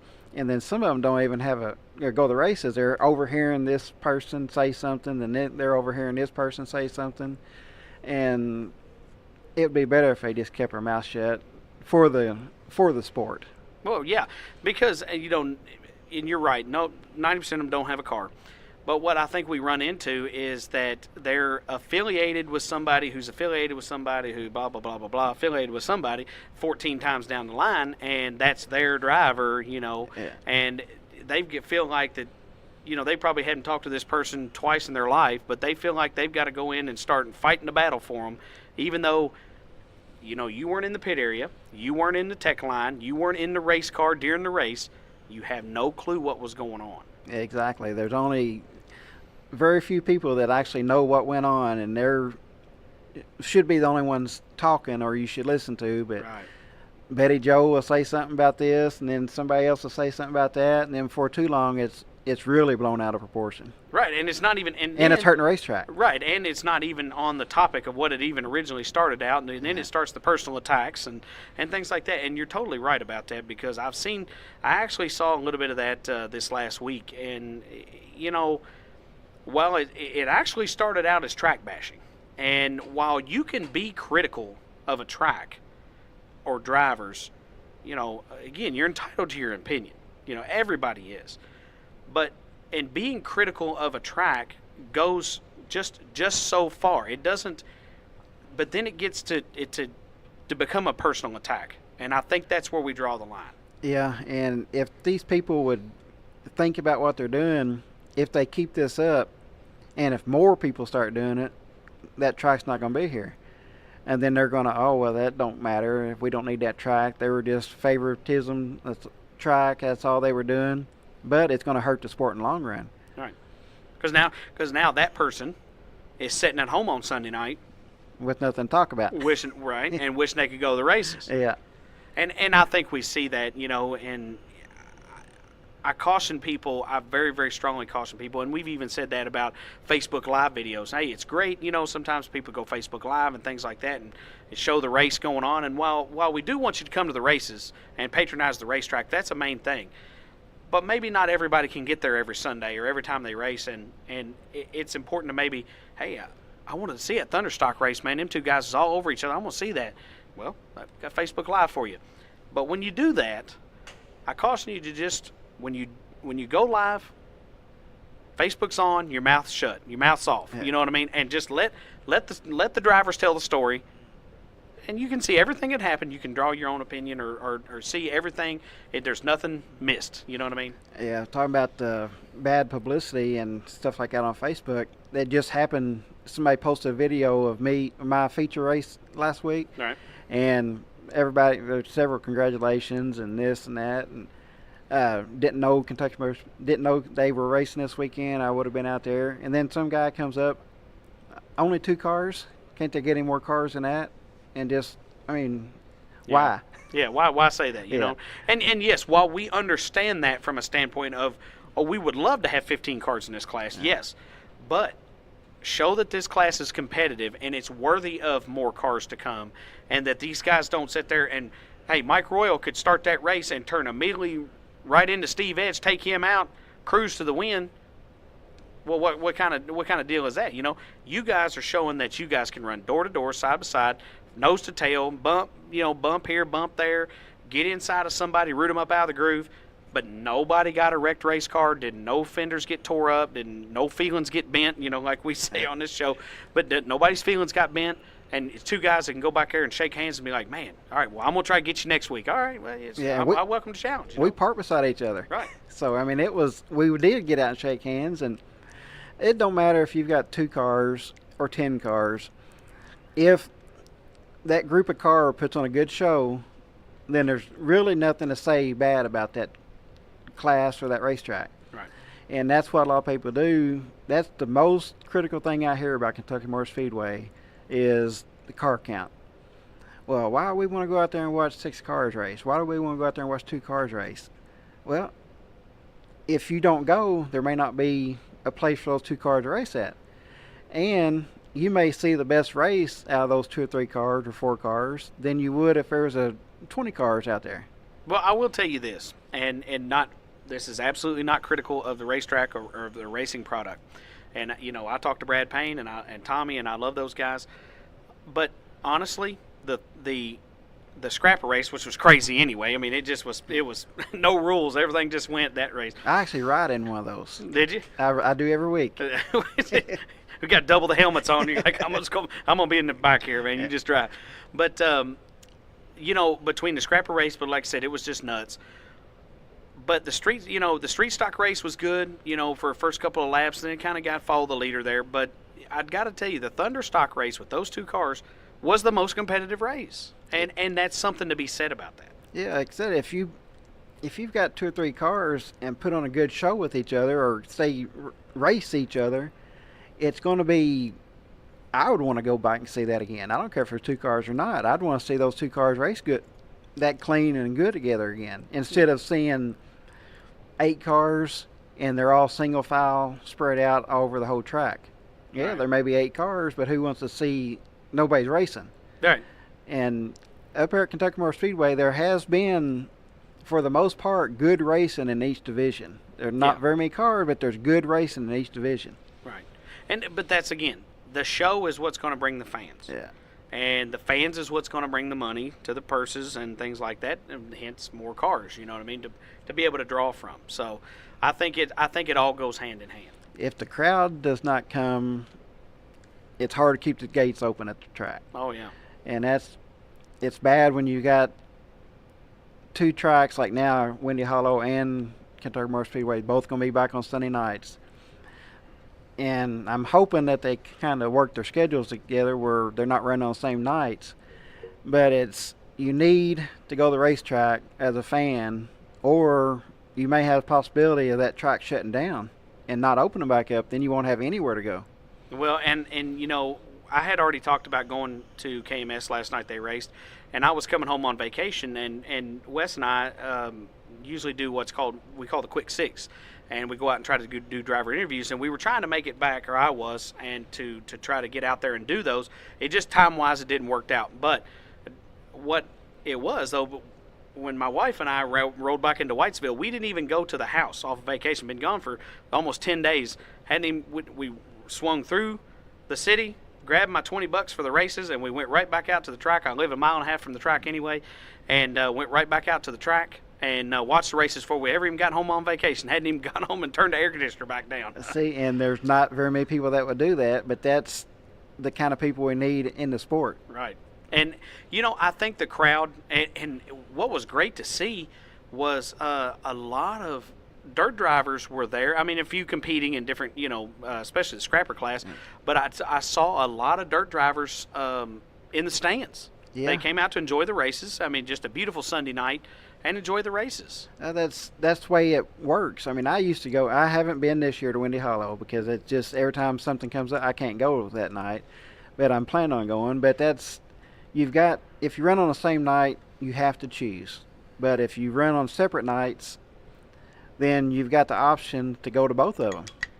And that's what I think is going to hurt either one of the tracks. They're not going to get the full capacity that they should be getting. And everybody looks at pictures from up there at KMS. KMS grandstand's probably twice the size of Windy Hollow. Mm-hmm. I don't know for sure, but I They're think quite large. And the people are all spread out, which it make it look like it's empty in a picture. But if you put everybody together, you've actually got a pretty decent crowd there. Right. But then people are bashing that on Facebook. Well, there's nobody there. There's nobody there. It's wonder why. There must not be any good racing, and it's just the bashing goes on for something that they really don't know anything about. Right. You know, if you just come out there yourself, you would see. Yeah. You know. Well, I want to roll into something that you know, we talked about social media at length, and this is we'll kind of bridge into this. What we do here on this show is we always ask everybody, our guests, about the state of racing. And how do you feel now in this day and age that local racing is? I mean, what do you think about the sport in general? It is coming back up. It was on a spiral downhill, but I think it's coming back up now. But I think, and I hate to really say it, but I think now the shift's towards dirt. A lot of the dirt tracks are doing better around the country than asphalt tracks are. I don't know why, but it seems like everybody, all the stuff you see and people you hear, everybody's going to dirt. Dirt's got a bigger turnout of cars, and dirt's got a bigger crowd, and dirt's paying more maybe at certain places, and it's just, I don't know why the shift is, but it looks like stock car racing is going back uphill in the right direction, but I think it's getting shifted towards dirt. Well, I was talking to somebody out there at KMS the other night whenever I went. It's a guy I used to work with, and I'll give his opinion, but we won't give his name because he might get in trouble. You never know. But when I was talking to him, it's just like he said, is that dirt is where it's at right now. And while stock car racing, asphalt and dirt is on a resurgence, but I think that dirt is where it's at. And just like he said, there's 1 million dirt tracks. I mean, there's 500 million of them. And there's not that many asphalt tracks, and they're so far spread out that maybe it's easier to go to the dirt track from your area than maybe versus the asphalt track. I don't know if that holds a lot of weight, but well, it does in this area, I guess, because you've got Cedar Ridge, Windy Hollow, and then Nebo opening back up. So you're going to have 3 tracks here within an hour from each other, and one asphalt track, and the next one's 2.5 hours away. Right. So that does go work in this area like that, but I think all across the country, dirt is taking over. Everybody's trying to get NASCAR or the Cup Series to run Eldora now because the trucks are running there. Everybody's wanting to run dirt. And if anybody is totally off the subject, no, but that's fine. Kenny Wallace, everybody needs to go watch his and like his fan page. He's the funniest guy, and he's real big on this social media. Quit bad mouthing NASCAR, and he's running. He's not racing NASCAR anymore. He's still working for Fox, but he's running dirt. But he's one of them that still don't badmouth asphalt. Just dirt is, if you want to run dirt, go race dirt. If you want to run asphalt, but go do something. Right, and we do see a lot of guys dipping from like guys like Kyle Larson, and those guys still run on the dirt, and occasionally you get the Dillon brothers run those dirt late models and different things like that. But then again, you also see like guys like Kyle Busch and different things. They go run the Snowball Derby and run these late model races at some of the smaller venues, and that's not anything nowhere near NASCAR. It's just with something like a late model you would see at the Nashville Fairgrounds, or even could run on the banks at KMS. Yeah, and like I said earlier, when I've run dirt, run asphalt. My heart's at or oval track or asphalt, but dirt's more fun to race, and it doesn't. If you want to run dirt, race dirt. Don't badmouth asphalt. If you want to run asphalt, go race asphalt. Don't badmouth dirt. Just do your thing and quit badmouthing the opposite one. That's what's hurting the sport too. Well, and while there is a fun rivalry between dirt guys and asphalt guys, and there always has been, and the asphalt guys is always like, well, you won't go over and dig them taters, and then the dirt guys are like, well, asphalt's for getting there, dirt's for racing, and it's always been fun banter. But then there's like you said, there's a point where it's like, well, that's junk, man. They don't do nothing over there. So why would you even go over watch that? It gets to the point where it gets cancerous and toxic. Yeah, and I've seen stuff on Facebook going both ways. Bad things about dirt, bad things about asphalt. That's what's going to hurt the sport. But right now, it's on the rise. If people would just go support whichever track they want to, or all of them if they can. Oh, absolutely, and that's something we go to, especially when we go to the radio show. We talk about, support local racing, and it's just like we did the other night. We said that, and I even took a picture right there from Kentucky Motorsport. I try to promote it as best we can on, the Bent Fenders page and the Conway Racing page, and we try to promote it, especially when they have an event coming up. Say, hey, get out to the track. Here's just a reminder. You see it. Yeah, we ain't got nothing to do tonight. I mean, the movies cost too much, or this costs too much, that costs too much. But, we can go spend just a little bit of money and have a great family night at the races. Yeah. And that's what we try to do. And I even took a picture of the backstretch wall, Kentucky Motor Speedway, and it's like, practice what you preach, man. Yeah. Come to the races. There are more, I don't understand this either, but there are more dirt fans or drivers that go to watch an asphalt race than asphalt racers or drivers go to dirt. Right. You can count the number of people on both hands that go from asphalt to go watch dirt. And the dirt people, they don't care. They just want to race. Yeah. And you call them dirt people and asphalt people, but they're still racers. But if those people probably look weird, dirt people and asphalt people. But I don't understand why you've got more dirt drivers, fans that go to watch asphalt races than the asphalt guys. I guess they don't want to get dirty. I don't really understand why. A little bit of dirt in your hair never hurt anybody. Yeah. It's what they made showers for. You know what I mean? And you leave dirty, but you watch a real good racing show. Well, it is different. It is completely different. And I have drove a race or two on asphalt, and I do prefer racing on dirt. But by golly, it's 10 times as cleaner, and sometimes they don't get tore up as bad on asphalt. and you might be able to get a little bit longer out of a body or some suspension parts. Yeah, we just need the fans. Well, we need cars. And people say you can't take a dirt car and run asphalt. You can't take an asphalt car and run dirt. Excuse me. I've done it. And you may not be running up front. You may be a winner on dirt, or a front runner, go to asphalt, run second and third. But it's still helping the sport. You're still racing. And you may learn something. Well, you threw that back to Kenny Wallace a few minutes ago, and that's something. It's been one of my new mindsets, and one of the things. And I'm at a point in my career where I may have to drop down a class because it's just the class I'm in. I can't really afford, and it's starting to get way too out there for me to run it. You know, but Kenny did have a good point, and he said, you know, they asked him, why don't you run a dirt late model? Well, I could run a dirt late model, but he's like, I can't afford to run a dirt late model, but I can afford to run a dirt modified. And he said, and they asked him why you know this. He said, man, it don't matter what class you run, as long as you're racing, brother. That's it. Exactly. That's the main thing. It don't matter what class you're running, or if you're dirt or asphalt, as long as you're racing and having fun. Right. And then because you're supporting the track, and it's going to keep that track open. Right.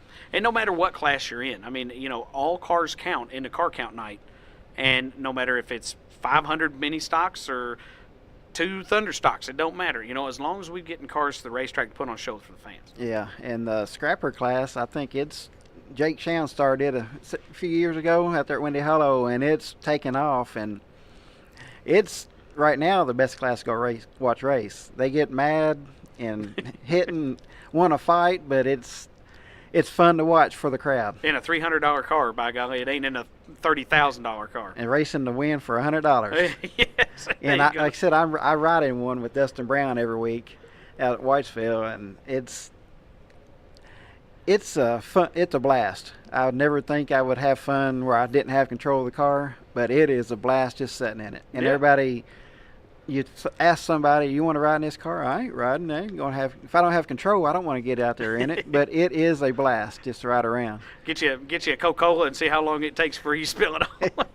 Well, you know, that was pretty neat though, because technically, I guess you guys got 2 feature wins. You know, you won your feature, and Dustin won the big feature out there. Yeah, it was controversial, but it was. And that's what. Leave the stuff at the track too. Oh yeah. And Dustin does too. And it's just the other people that's getting involved, doing all the hollering and mouthing off. Like I said, I rode in Dustin's car. I ride with him every week. They park over there by me. They use my tools. Jack and Chris Bunch and Melvin and Donnie Fair and all that group that comes out there that runs from dirt, that comes out there and brings their scrapper cars. I'm friends with all them. Mm-hmm. Here I am in the middle. Oh, yeah.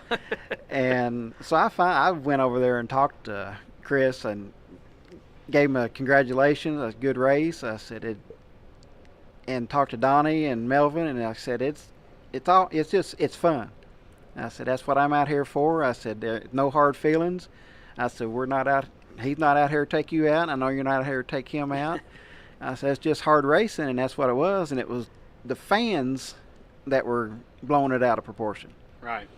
And that does happen. You know, yeah. We have talked about that at length, and people that don't know anything about the situation, and they could be up there mad or wanted to start ripping the grandstands apart, and then whole time the guy's back there shaking hands, hugging. Well, when I went to talk to Chris, he said, I was fine.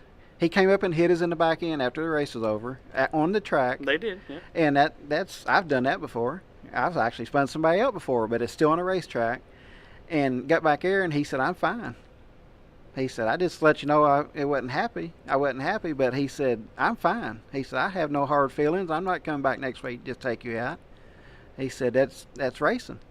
Yeah. And that's if more people would think that way, and then the fans stay out of it, yeah, it would be better. Well, that's the main points to take away from that is just to let the racing stay on the racetrack. Yeah. You know, and let's squash all this other stuff, because you're going to make you just and get people will they'll burn themselves up over it, and it had nothing to do with them. Yeah. And it's crazy. One thing I do want to ask you is we are talking about the car counts at at Kentucky Motor Speedway. While it is good racing, how can we start trying to get these people to bring them cars back? I know they're sitting in the weeds or sitting in the barns somewhere. You know, people, they're still around. We just need people to bring them to the racetrack. I don't know. Me and Tommy sat and talked about it, and Patrick, and trying to have this special race and try to bring some of them back. And for some reason, the cars are still sitting there. I don't know I don't really know. I guess if anybody knew that racing would be back at the top now and the grandstands would be packed again. Well, that's right. But a lot of it has to do with how much it costs to race now and what you win when you do win. Right. And not putting any track down, but when you have to spend $500 on a set of tires every night or every 2 nights, and if you win, you're only winning $200. Yeah.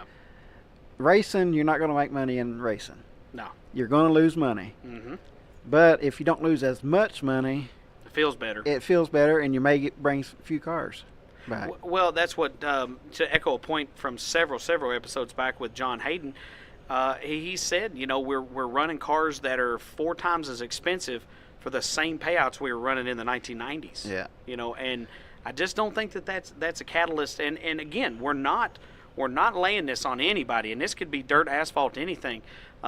You know, but that's not where we need to be. You know, with what we're doing. I think it's got to grow exponentially, payouts versus cost. Yeah, and if you notice, whenever a track has, okay, we're going to run this class for $500 win this week, or this class for $1,000 win, you get more cars show up that night for that class. I mean, I'm not a brain scientist, surgeon, or whatever, but rocket scientist, but the money's bringing the cars in. Raise it up $100 each week. Yeah. I mean, I don't know the pocketbook of these racetrack promoters or owners, but surely there's some sponsors, or you can do something to bump it up. Not just the thing I don't like is if you put all the money towards first place. Right. I think it needs to be spread back. Mm-hmm. And that's what KMS does. And the last time I ran, Windy Hollow didn't. And that's why I didn't like about that. But it may be something special, or may have been something special that night. You get out there and 15 cars and you run last, or 12th or 13th. I hate to say a racetrack, but you may not make any money at all. Out at Kentucky Motor Speedway, you're getting your $20, $30 back. Yeah, at least the last place is paying $20 or $30 or more. At least you're getting tow money. Yeah. Yeah. And well, and again, that's not anybody's. You know, that's not a dig on anybody. It's just each track's different. Yeah. And I think that you're onto something though. Tow money's better than no money. Yeah. And you know, if it can get me, you know, at least get my pit gate back. You know, I lost the gas or whatever in the racing fuel or however you're running, but at least I got my gate money back. Yeah, if you're guaranteed, or you know you're going to make $20 if something breaks, if you have a bad night, getting that $20 or $30, whatever it is better than going home and I didn't get nothing. Yeah, and I tore up $300 worth of stuff. Yeah, and that puts a bad taste in your mouth about, I don't know if I want to go back next week or not. What happens if I break again or something happens? Another week I'm losing more money than like I said, you're not going to make money, but you can make it where you don't lose as much money. Right. Well, I know that you're correct in talking about, you know, a lot of times they do, it's 1,000 to win for whoever class or 500 to win. Yeah, the winner is going to get $500, but second place might get $20. I mean, that's a hard pill to swallow sometimes. But if you can be like, okay, you're going to get 500, well, now second place is going to get, you know, 250 and 100 and 150 and, you know, however back through the field, it does feel a lot better. Yeah, and my opinion, you'll get more cars. It may not be that way, but that's my opinion. Right. The purse will bring more cars. Right. Well, I do want to... Go ahead. Sorry. Go ahead. If they would grandstand admission Mm-hmm. and pit admission. I mean, we used to pay at one time $20 to get in the pits, and then it moved up to $25. The tracks were making it. They were actually making it better than they are now. And now they're jumping it up to 30 to take care of the 100 people that's not there. But if you drop it back down to 25 or the grandstands down to 6 or 8, you will get more people there, I think. And if you put on a good show, if they like the race, then they'll come back. Right.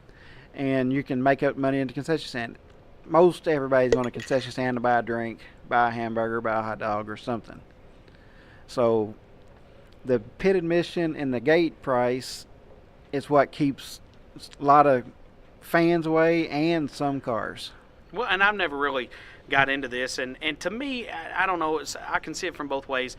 But when some tracks raise their pit, or their not their pit, but especially the pit's up to $30, but up to their grandstands from $8 to $10.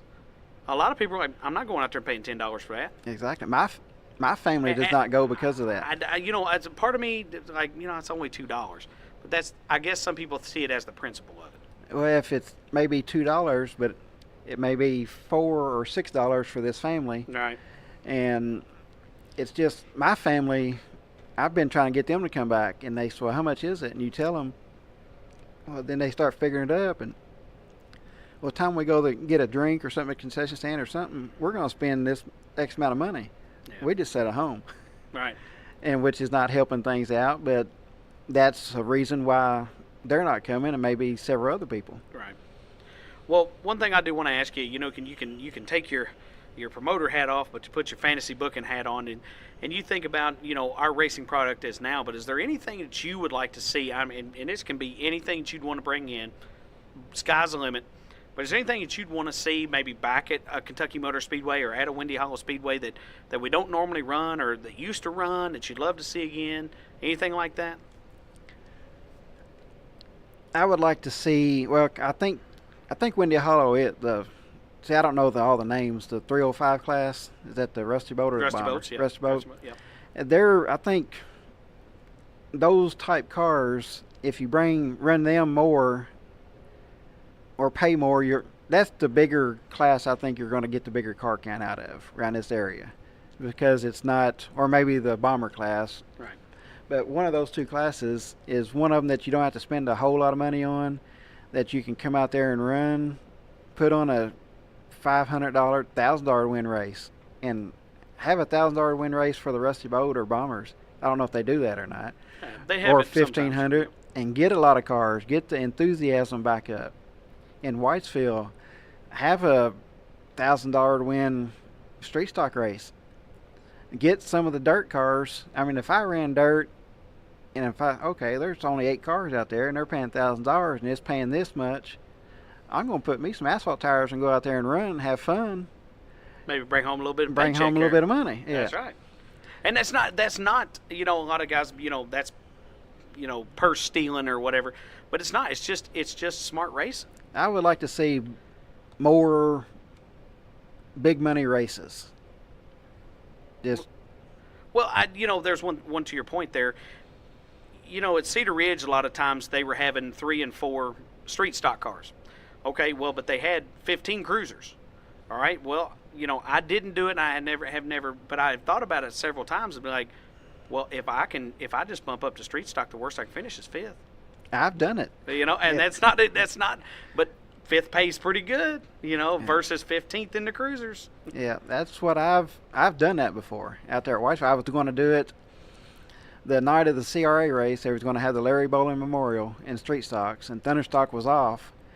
I made some changes to my car, put headers on it and a couple other odd and end things to make it a little bit better. I was going to run street stock just because I was sitting there counting the cars and looking at the payout, and I said, I'm going to be there. I'm spending $30 to get in the races. I might as well make $50. Right. And I'm getting my $30 back and $20 extra put in my pocket. But bring your broom and clean up a little bit of that cash they drop, you know what I mean? Yeah. But, well, Mike, buddy, we appreciate you being on the show and taking your time to come out here and sit with us. And, congrats on that feature win, man. That was it was impressive. And people can say what they want to, or they don't have to say anything, but 2 cars, it doesn't matter, 20 cars. A win's a win, and it was a hard race. It was a hard-fought race all the way from green to checker. It was, and like I said, I wish there was 10 cars in that race that I was running in. But, I mean, a win is a win, and we put on a good show. We raced hard the whole time, so I beat Steve Edge is the best out there at Kentucky Motor Speedway right now in the Thunderstock class. He's won everything. And I didn't beat 5 cars. I didn't beat 10 cars. But I beat him, and he's the man out there right now because he's won everything. So I don't care what anybody thinks or has been saying. I beat the best car out there, so that makes me feel a little bit better. There's nothing wrong with that. And you got the trophy, you got the money, and it feels good. Yeah, it does. And I like to thank you for having me on here. And I don't know, I'm probably the one that's jumped around most of your contestants. I do it all the time. I'll be talking about one thing and veer off to something else. Well, that's the beauty of this show. I mean, we don't really have any set limits. I mean, normally we have a guideline, but, if we go off the rails, it doesn't matter. And one thing I want you to do before, and we've talked about this at length on this episode, and it's been a great episode, especially from this standpoint, is sponsors. And I want you to, it's time for them to shine, and we want that list of sponsors, and we want them to get their due on this show too.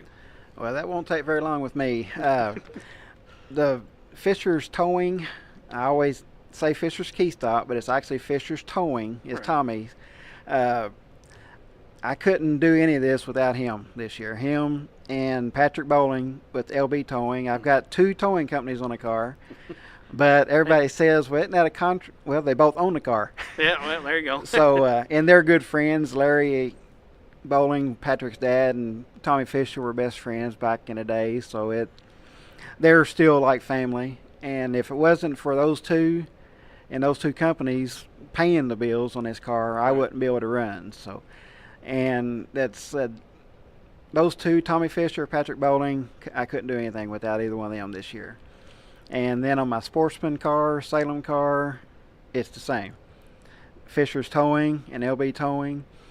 And actually, my decals came out of Louisville, Kentucky. The guy I sold my last car to, see, we're getting off on something else. That's okay. The guy I sold my last car to actually owns a decal company up there.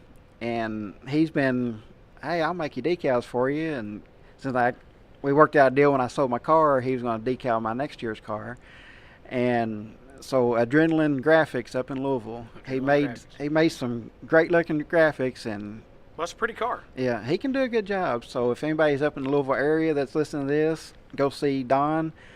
And PPG Paints, I forgot about them. For both my Thunderstock and the Sportsman car, they actually supplied the paint. It used to be Porter Paints, but now it's PPG Paint. Mm-hmm. Everybody go see Mike Keep if you need any house paint. Actually, my car is house paint. Well, that purple and and gray together is a really good looking combination. Yeah, and then the blue and white, it's the same thing. So if anybody needs any paint, go see Mike there at PPG Paints. And that is all the sponsors I have, except for thanking my wife for letting me stay out in the garage and come out here. That's important. Yeah. And but it doesn't matter. One sponsor, 100 sponsors, they're all important, and they all make a difference, and they all deserve to shine. Yes. Like I said, I wish I had more. Maybe next year we'll start plan on running a whole lot more, running more cars, and so we'll get back out there and start getting into this sponsor thing again and start doing a little bit better promotion and getting a few more sponsors. Well, we want to definitely bring a few more sponsors to the sport, a few more cars, and a few more fans of those stands. And if anybody's out there, I hate Kentucky Motor Speedway, everybody come out this weekend.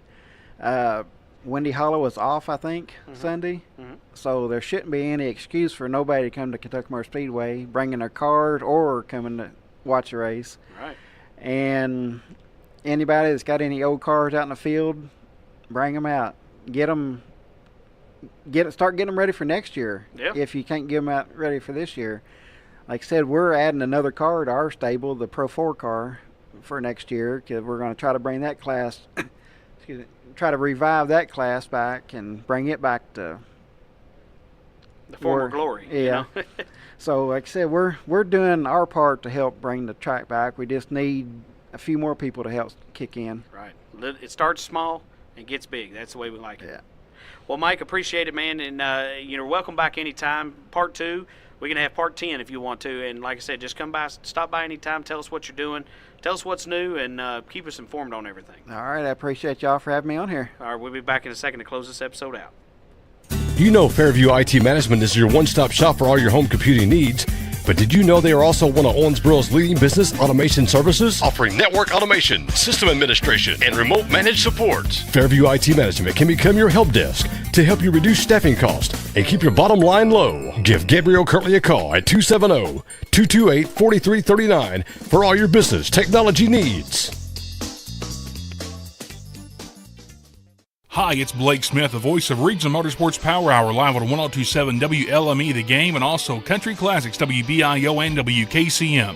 Join me each and every Monday night as we broadcast live from 7 to 8:30 p.m. live from Maloney's Pizza and Wings and Highway 54 in Owensboro. We will discuss the latest news in local, regional, and national racing, plus talk to all your favorite local racing personalities. Join us for Regional Motorsports Power Hour live every Monday from April through September on 102.7 The Game and simulcast on WBIO and WKCM Country Classics. And we're back for the ending here. The green flag is no longer out. No, that would not be out. It would be the checker. Double checker. It was a double feature. Checker flag, yes. But it was a great episode.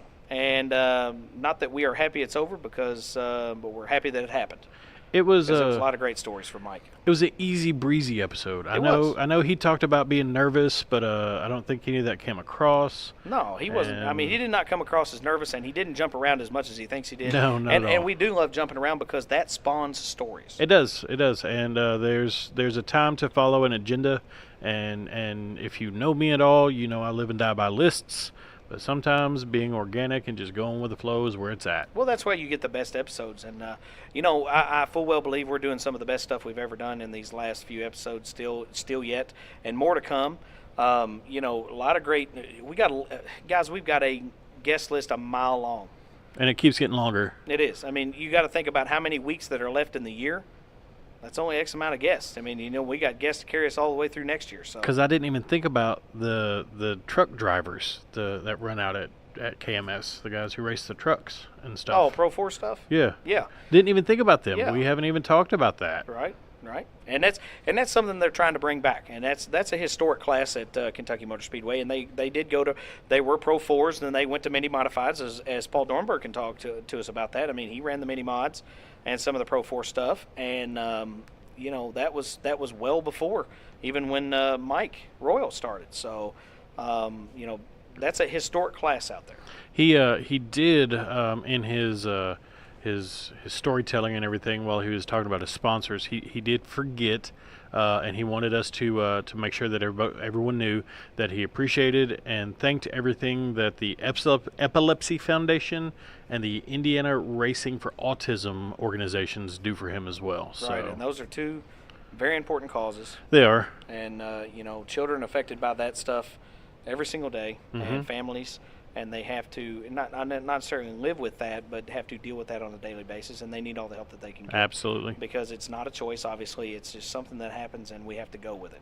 So, and we have to be there to help people in need. So those are important things that we needed to get out there. So normally we interview drivers, then they have their feature win. This time we did it backwards. Right.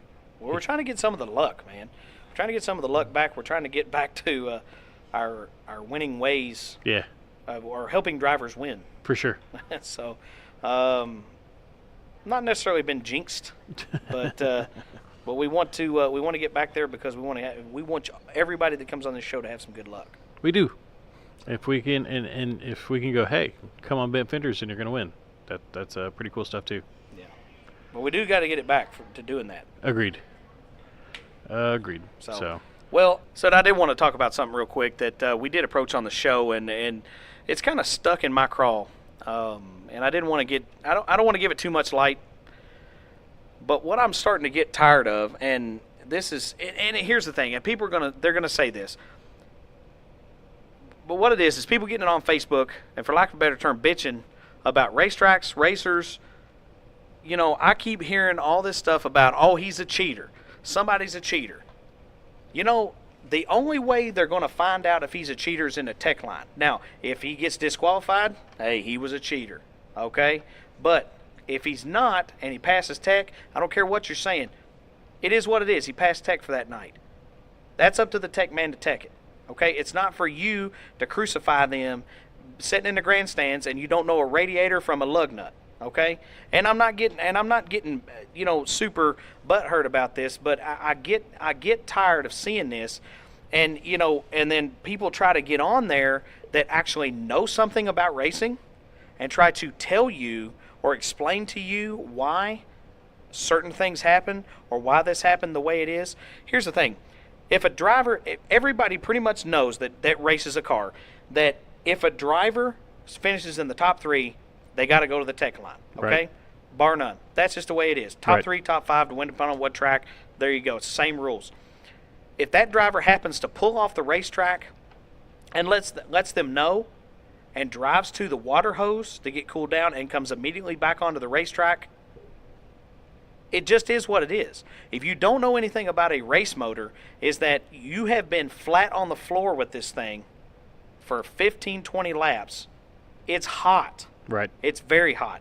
And when you let off of it, it don't just cool down. It gets hotter. And I'm talking about 20, 30 degrees hotter. Well, that could make or break an engine. Engines don't like heat. Surprise, it just is what it is, man. So if people don't know anything about race engines, they might want to do their homework before they start whining, crying, complaining about people pulling off the racetrack to cool their car down so they don't have to go out there and burn their engine down in the tech line. Right. It's pointless. Well, and I think we talk about wanting to make sure that you've got a favorite driver. Yeah. It's important for you to have a favorite driver. But that doesn't give you the right to have a favorite villain either. If there's somebody out there that's winning, and they're winning consistently, and how about instead of you doing what you're talking about, getting on social media and crucifying them, how about you go talk to them? Ask them, what is it about your car? What is it about your car or your driving style that makes it to where you win every week? Ask them the questions. I've not met a driver yet who would not take the time to stand in their pits, stand at the grandstands, stand at the concession stand, and talk to me about it. All right. Every single person that I've met in this racing community would take the time. If I was asking intelligent, thoughtful questions and not just going, hey, you're dumb, I don't like you. You're cheating. Right. I mean, whoa, now you big man, you call him a cheater. Here's the thing, is that, drivers have it hard enough as it is, okay? And if you want to have a favorite driver and you want to be on their team, so-and-so, their cheering section, not necessarily on their team, but on their cheering section, I will guarantee you that if out of the 100 cars that's in the pits, all 100 of them don't need you to fight their battle for them. Absolutely. They do not need you to come to their defense or come to their rescue. They know what they're talking about, and they're going to talk to people who know what they're talking about. Now, we do talk about passion and how important it is to love this sport, to be passionate about this sport. Use it correctly. You use that passion, that fire for good, because in the long run, in the end, the only person you're making look like an idiot is yourself. So, why do you want to do that? Especially when we're trying to, talk about how important this sport is for kids. And there's kids all over the grandstands, all over the place. Kids see stuff on Facebook. Kids model the behavior that their parents do. Mm-hmm. So if mom and daddy don't like so-and-so, then Junior's not going to like so-and-so. Right. And it's you're just don't do that. And while there is something to be said for the spirit of competition, and you don't got to like everybody, okay? And you can like one guy more than another guy. It doesn't matter. That's not what we're talking about. But this whole mess got so far out of hand, the whole track ended up getting crucified over it. Right. And it was just ignorant. It was just ignorant is all it was, and it didn't accomplish a damn thing. And that was what somebody said from the track. It's like, look, man, if this is what you bring to the table, if this is what you bring to our racetrack, maybe we don't need your negativity here. Absolutely. Well, you can afford to lose people, boy, that's a real good business model. Yeah, but we can afford to lose negative people to bring 5 more positive people in Sure. here that don't need to get influenced by your opinion. For sure. And again, if you saw it on Facebook, you know what I'm talking about. I'm not going to give it legs here. I'm not going to say what track it's about. I'm not going to say what driver it was about, because the driver was not in the wrong, the track was not in the wrong, and the track tried to handle it in a good way, and people just want to cry and be like, well, I'm not coming back. Well, you know what? There's somebody else going to spend $10 here to get in these grandstands, watch these races. Yep. And they're going to have a damn good time, and you're going to be sitting at home being like, oh, I'm bored. I don't know. I'm not going back to the races. Well, you'll go back. You'll friggin' go back. Don't act like you won't go back, because you want to get wrapped up in some more drama. Right. So that's why you'll go back. Absolutely. So, like Jake Shawn said, we race with or without you. And that's drivers or fans. Drivers, fans, doesn't matter. But we want fans. So, we do. So but that's the thing, though. Here's the thing. Don't be idiots. Come out and enjoy the damn races. Just pay your money, come out and enjoy the races, and have a good time. That's all you need to do. That's your job. The job of the drivers and the crew and the promoters is to put on a fan-friendly show for you, and your job is to support it. That's all you got to do is have a good time. How hard is that? Shouldn't be hard at all. Well, I got off in a ditch, man. It's just aggravating, man. Your red broke. Your chemicals got up. It did, man, and but it's stupid. It is. I agree. And I don't know. I should be more professional, and but when this kind of stuff, it does get me worked up, because people can't leave well enough alone that have no clue what they're talking about and no dog in the fight. No, I agree. And you know what? You're not going to change it. You're absolutely not going to change it.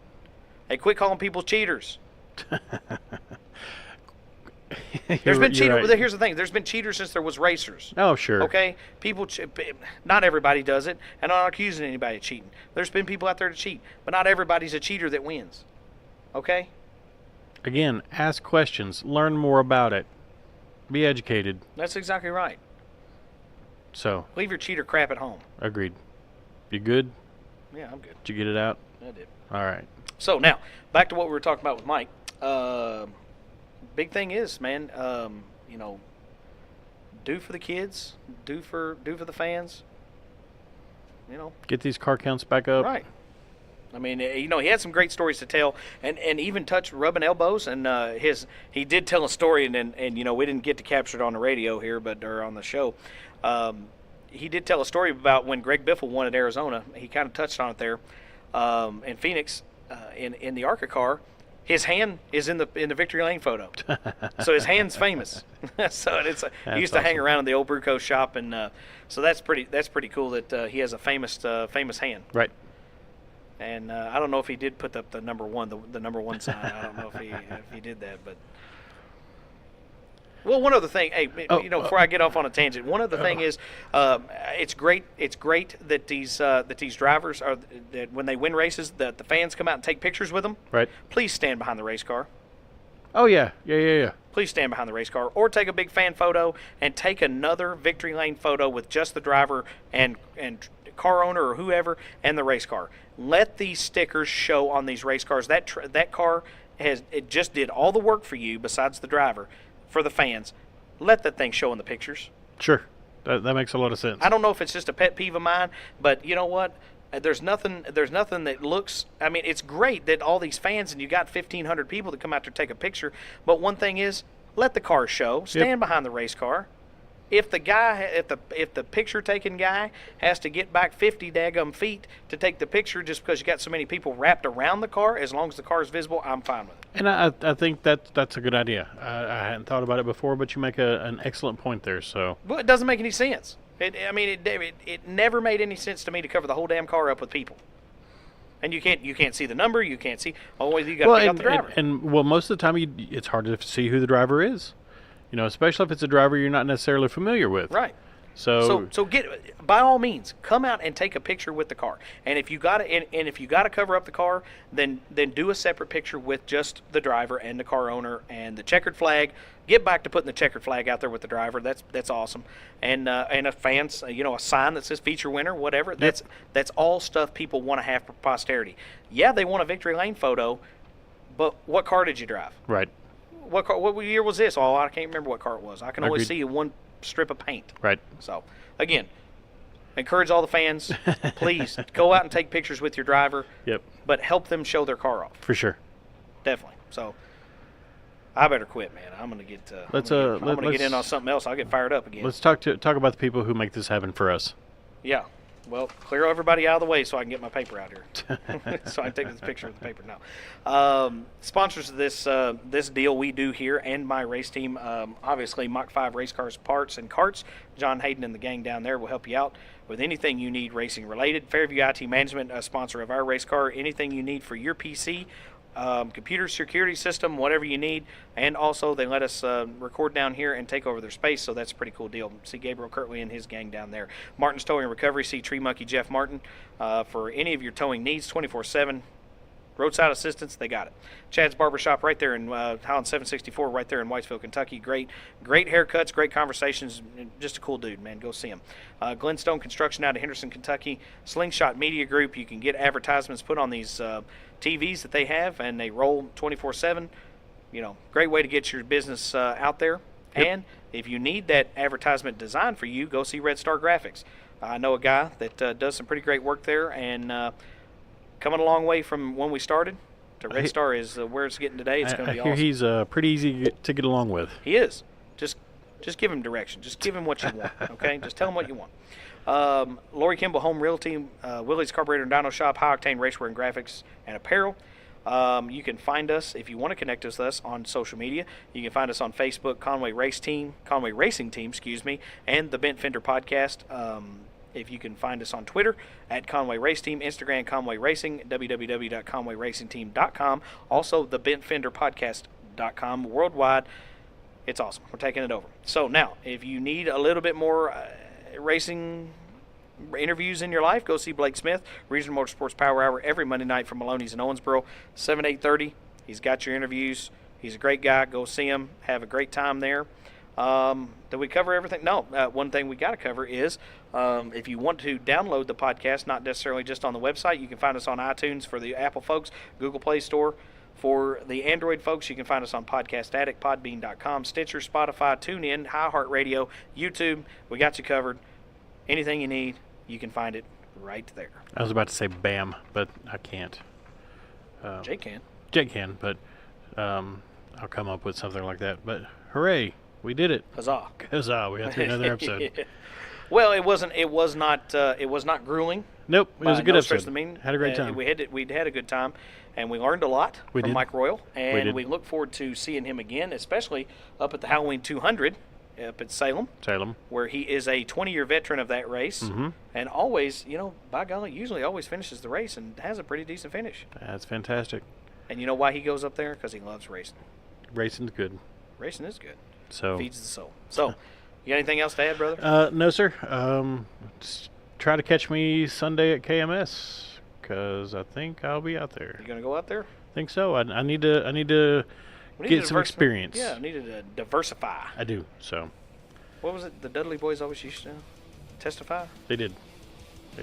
We just started yelling that diversify. So anyway, we better quit. Until next week.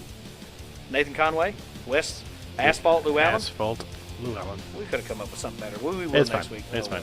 If you have a nickname for me, let us know. Send it to us. We comment, like it. We'll start using them. Family friendly. Absolutely. So the cheater Llewellyn. See you next week, guys. Thanks. You've been listening to the best up-and-coming motorsports podcast on the internet. Tune in next week to see who we're trading paint with on the Bent Fender Podcast.